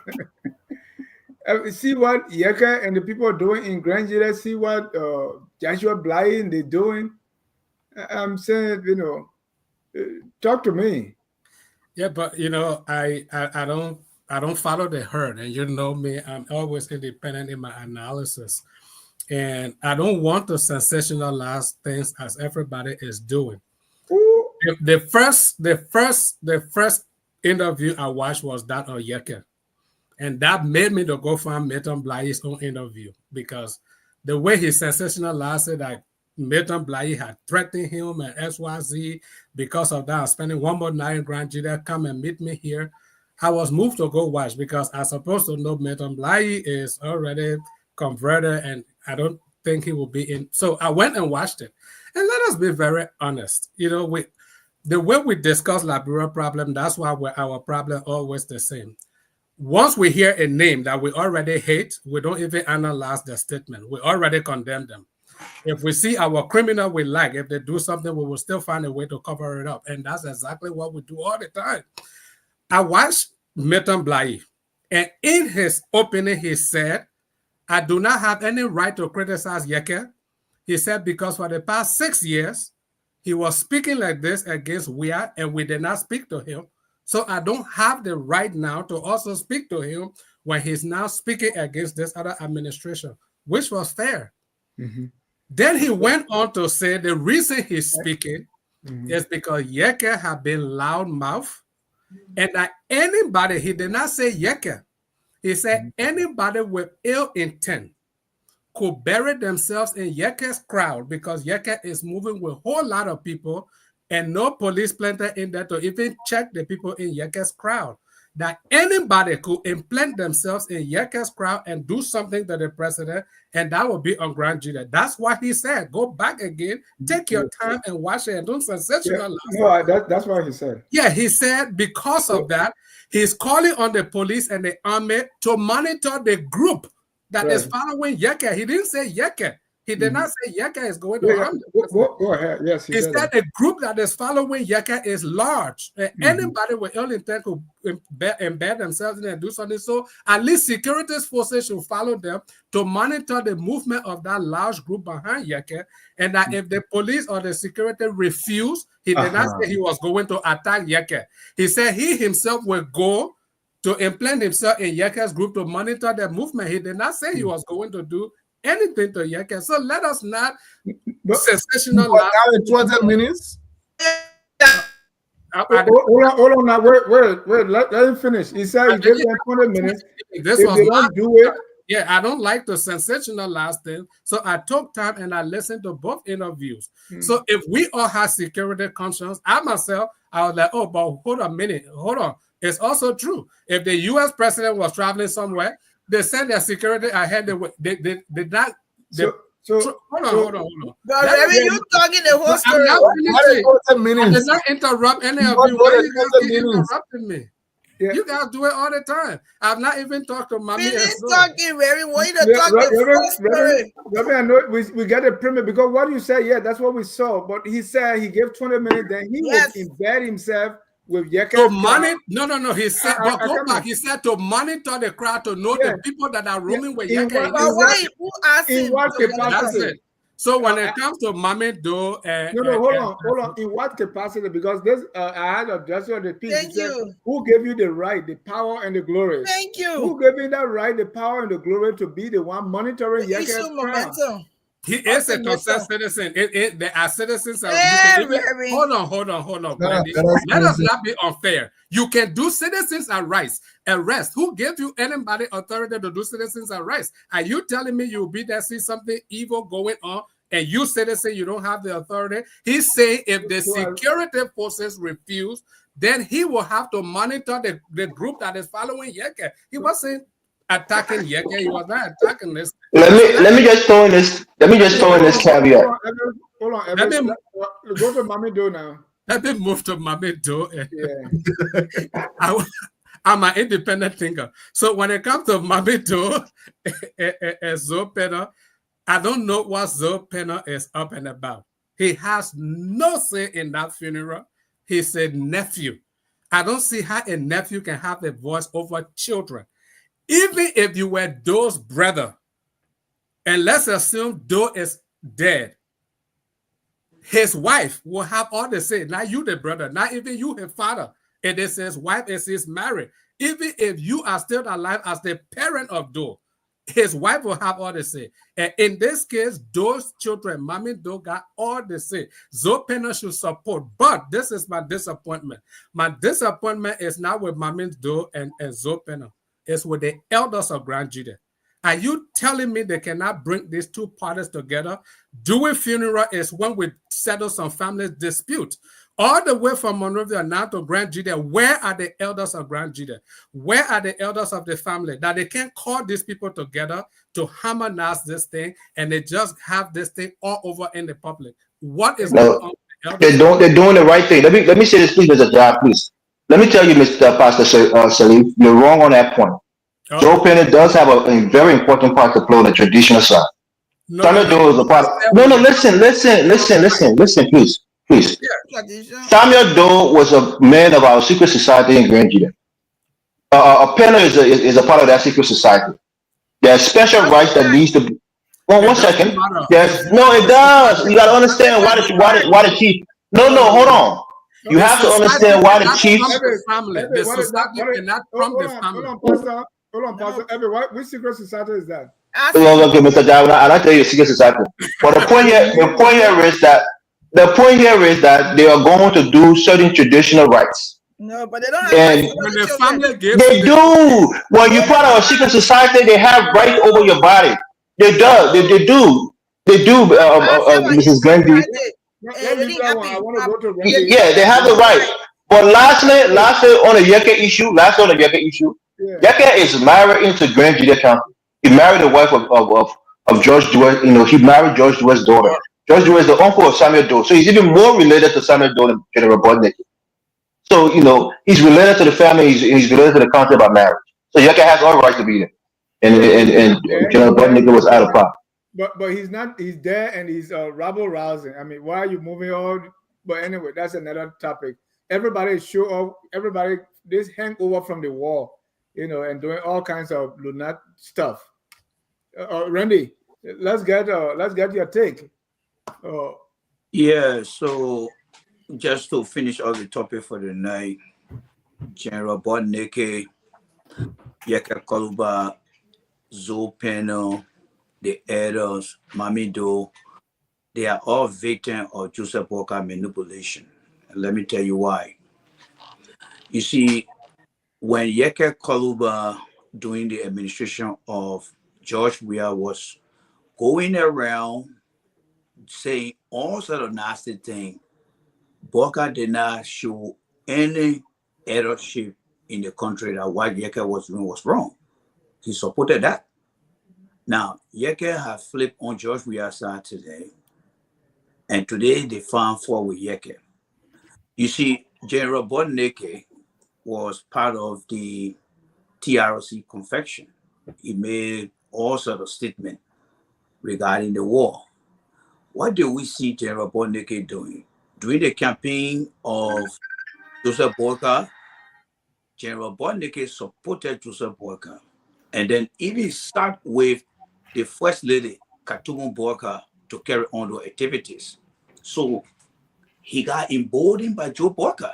Joe Walker rewarded the behavior. So Yekeh saw himself as being part of the Walker administration, and it gave him the right to say whatever he wants to say in the best interest of Joe Walker. You remember when they say Yekeh Koluba said some things against George Weah, and there was some former general that came and said, we gave Yekeh so and so time to confess.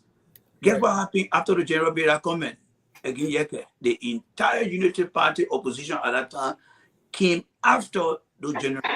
But since this guy called Yekeh made the comments, no one for the Unity Party had come up to speak. You know why? Because they are all under the manipulation of Joseph Walker. Now, if you look at most of the headlines today, when Mamie Do came to Liberia, Nancy Do was still alive. I remember vividly she had a mic speaking in a yard, and she said she was here to bury her father. There was no given time where she said, I'm going to be working with the Walker administration to bury my father. Her mom had an interview while she was still alive.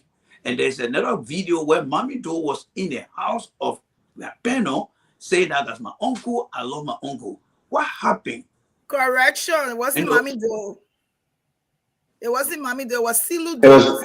was Veronica Do. Okay, yeah, thank you. Mamie Veronica Do is different from Silu. Thank you. But they are all part of the family, right? They are all part of the family. See, so when Walker started to inject himself, where another daughter of Samuel Doe is siding with Zoe Penno, and Mamie Do is siding with the Walker administration, it creates why did you say siding with her mom? And you know, it creates a rift. Thank you. It creates a rift. No, I'm not going to look at the mom. She's siding with. Why would you look at the mom when she's supporting for her mom? Dennis, Yeah, she has agency over her mother's body, but her father's body belongs to the county. Dennis, am I protected here? Because myself, I can talk. Stop that thing, man. Okay, Mr. Dennis, am I protected? You better transition, my man.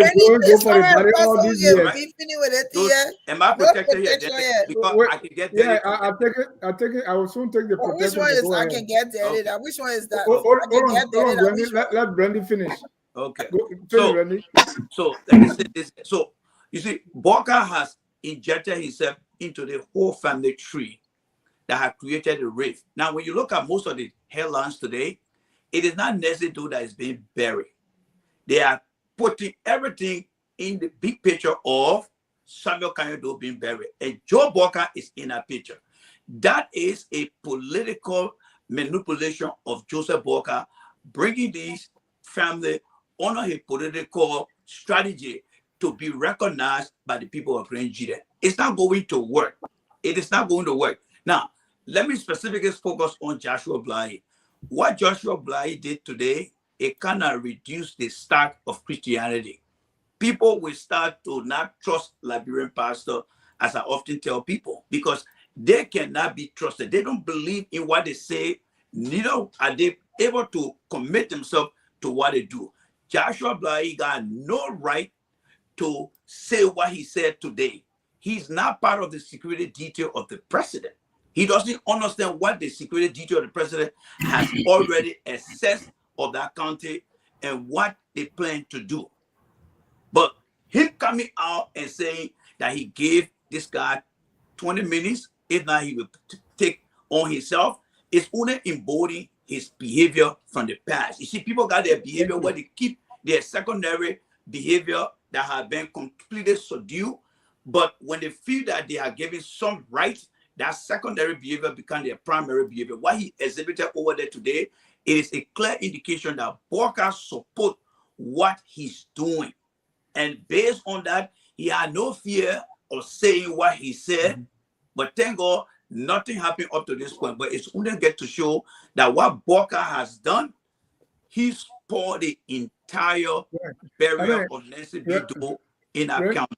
And so It's not even true. He facilitated it. He helped the family to get that respect. Hold on, Evers. Let me Randy, you finished learning, but I mean, it's just hard not to but agree what with do you you. mean learning, Dennis? Come on, I'm not learning yet, Dennis.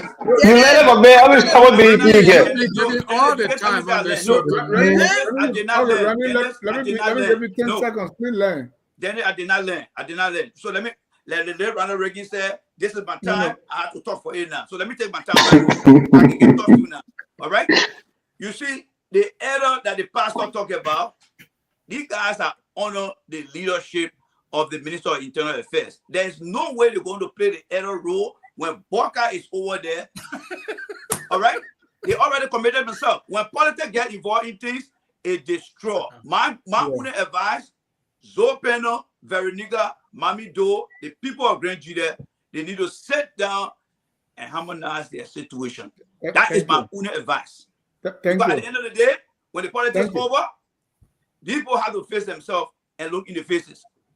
Thank you. And the fact that President Bawka doesn't talk, and I mean, Randy, I'm sorry, but I want to agree with you, what you said.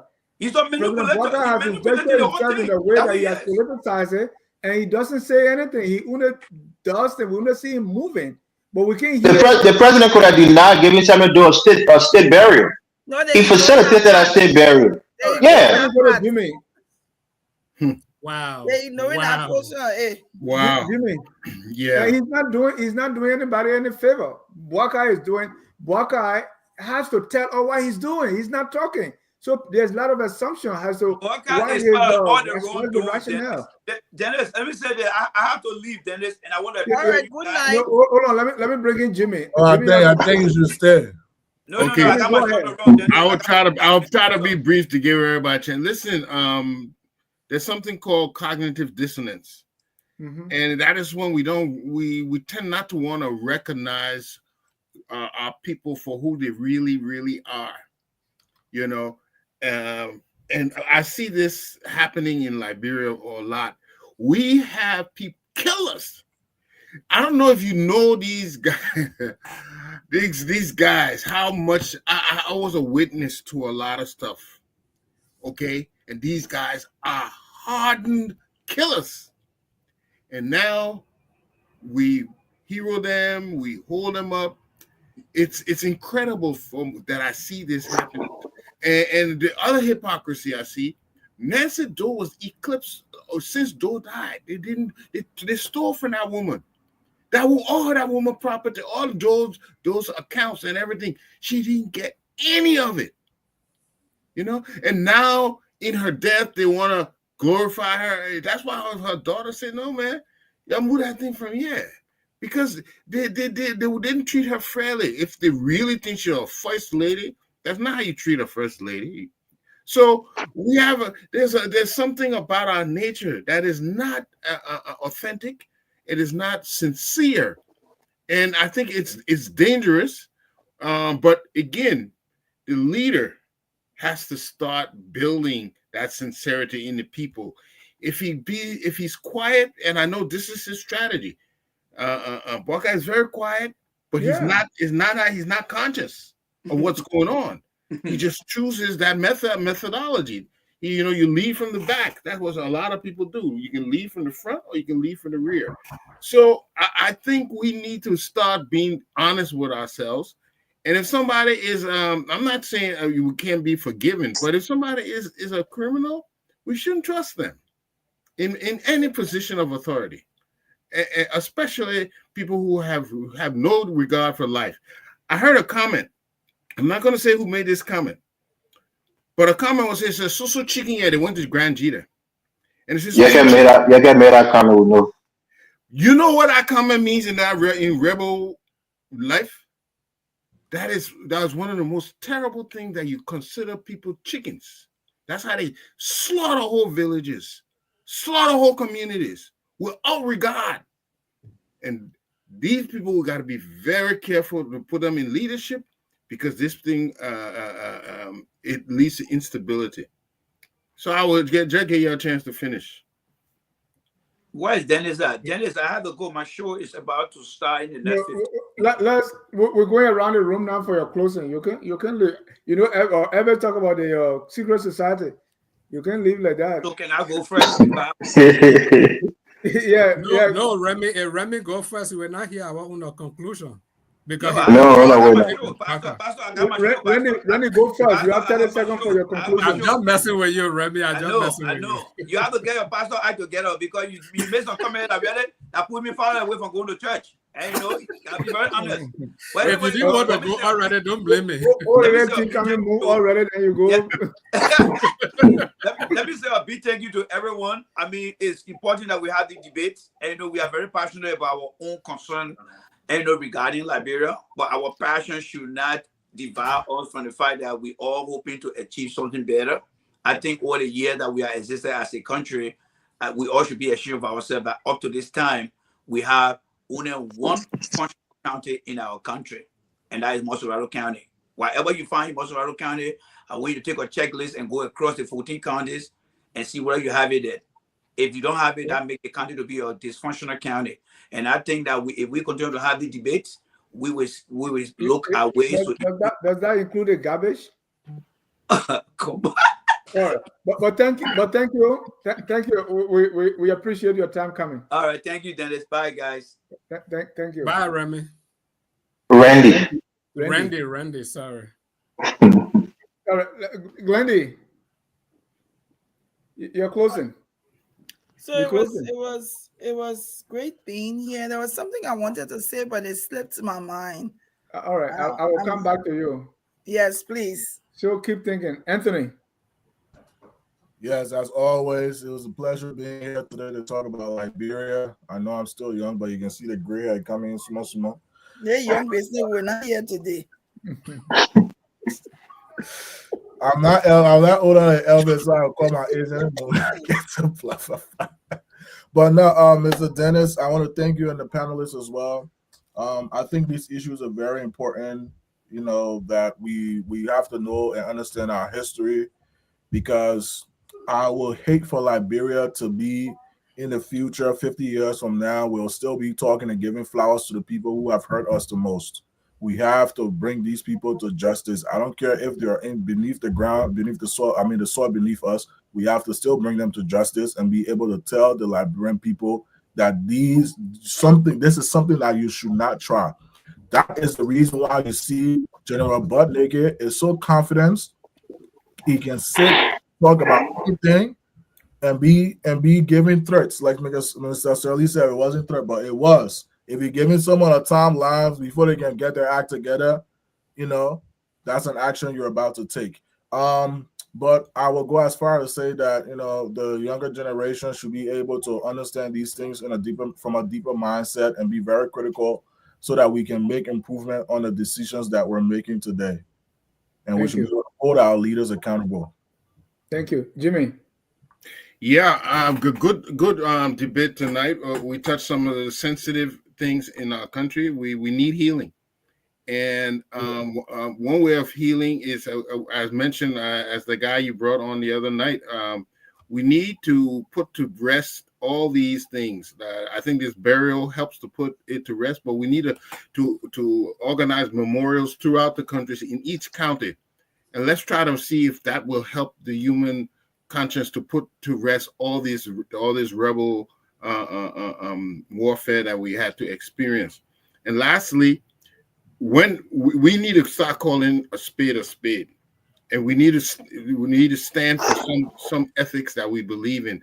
I think there has to be a national discussion about ethics, about dignity and integrity.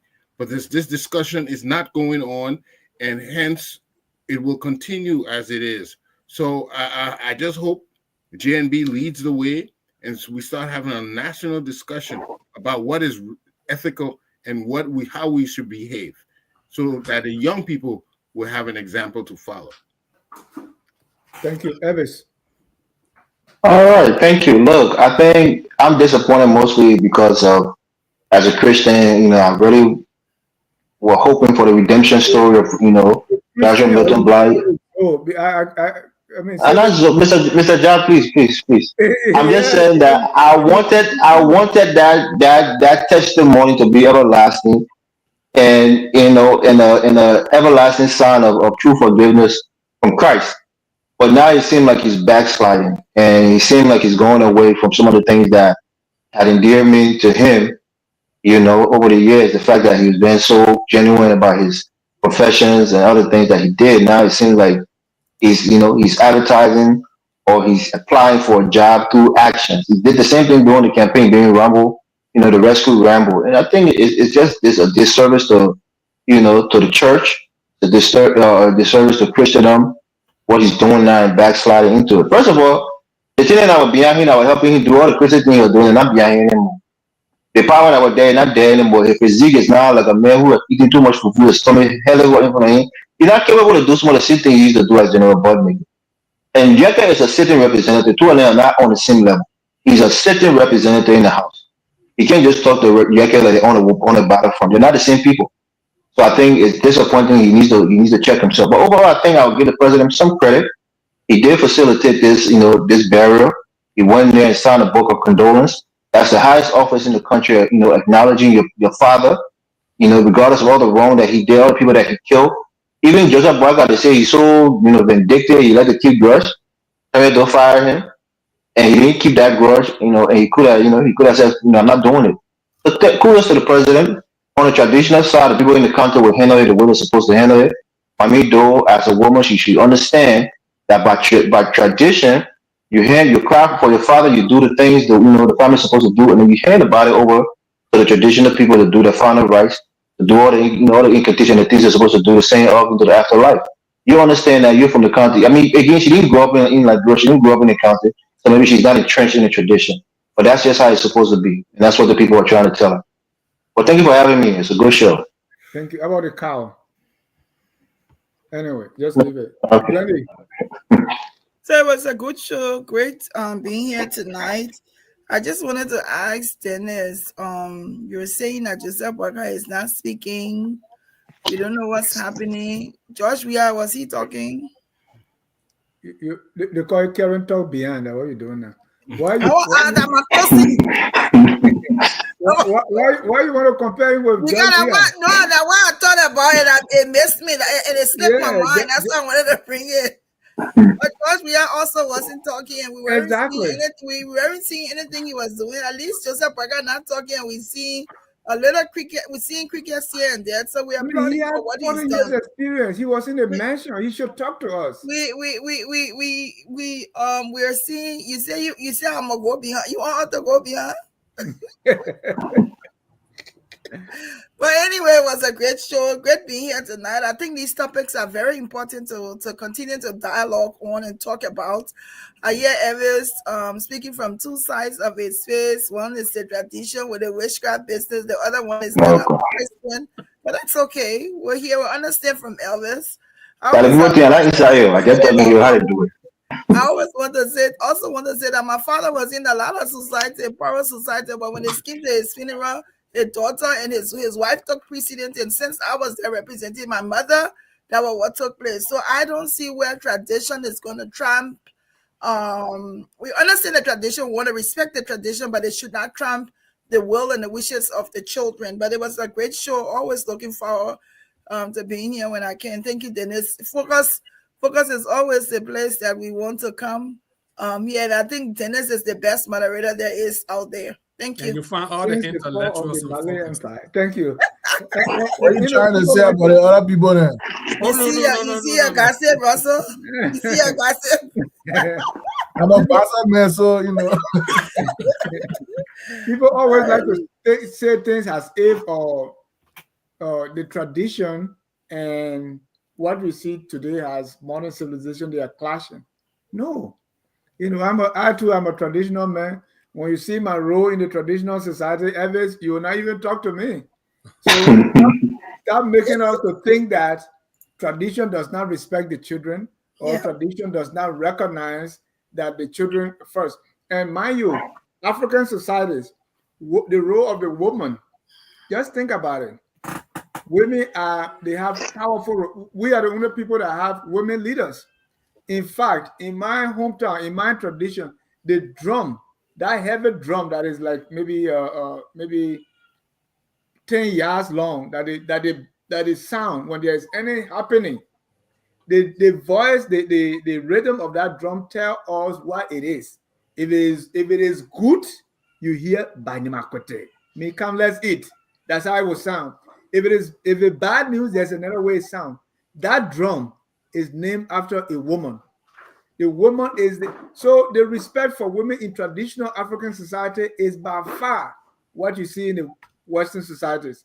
So people always like to say, "Oh, that our tradition, only men supposed to talk." That is not true. Pastor Salif, you're closing. Thank you, Dennis. Great show tonight. Let me just close this way. You know, I hate this selective justice. You got 30 seconds. Thank you.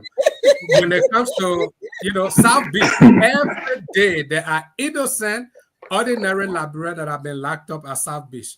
You don't hear any outrage. Once one of our political leaders get locked up there, then the whole country is agog. So it's like we don't care about the rest of the ordinary people. I had a young man in my church in Liberia. A lady came from America. He went to drive for her. The child accused this young man that, he molested, he touched her daughter inappropriately. She paid police money. They took him to South Beach. He never came out. That was the one and only time I ever went to South Beach to see him. He got there ridden with diseases, came out, and he died. No trial, never went to court. No outrage. The ordinary Liberian can be locked up anytime with no outrage. Once one of these political leaders get locked up, then the whole country should shut down. I think it's selective. Hold on. Somebody say crew don't have poro society. It's not poro. And I'm not. It's a different society. It's not poor society. About of them join poor society. They don't get any people join the poor society.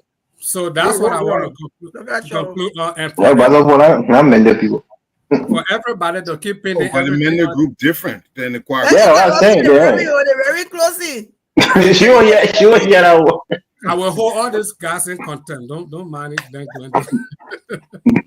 So to pin everything on Joseph Boakai, even Dennis now is being carried away. I know.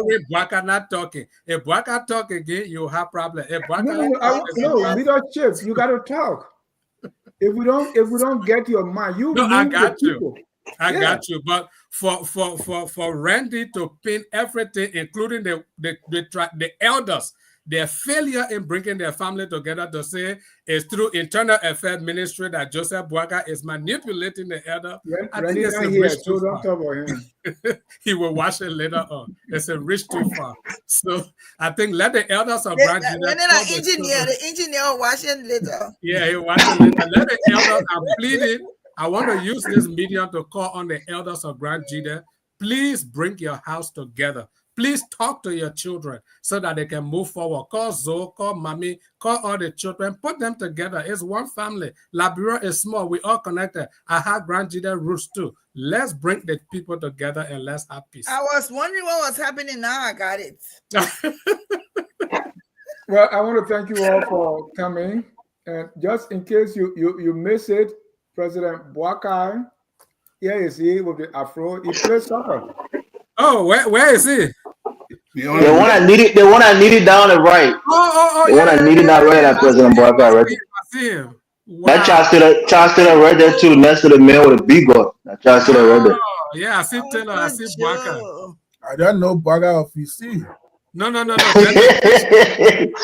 one next to him, with Child Stiller. Yeah, that's not George Bullitt and then Child Stiller. Please share this picture with us. I really love it. Wow. That's why we need to watch Focus on Liberia. On that note, we close with our song that says, "We are all Liberians." What do you think, Mommy do is right or Zopeno? We are all Liberians. Mommy do it right. Let's have reconciliation for everybody, not just the elite, and reburial. Have a good night and God bless. Thank you. We are Liberians.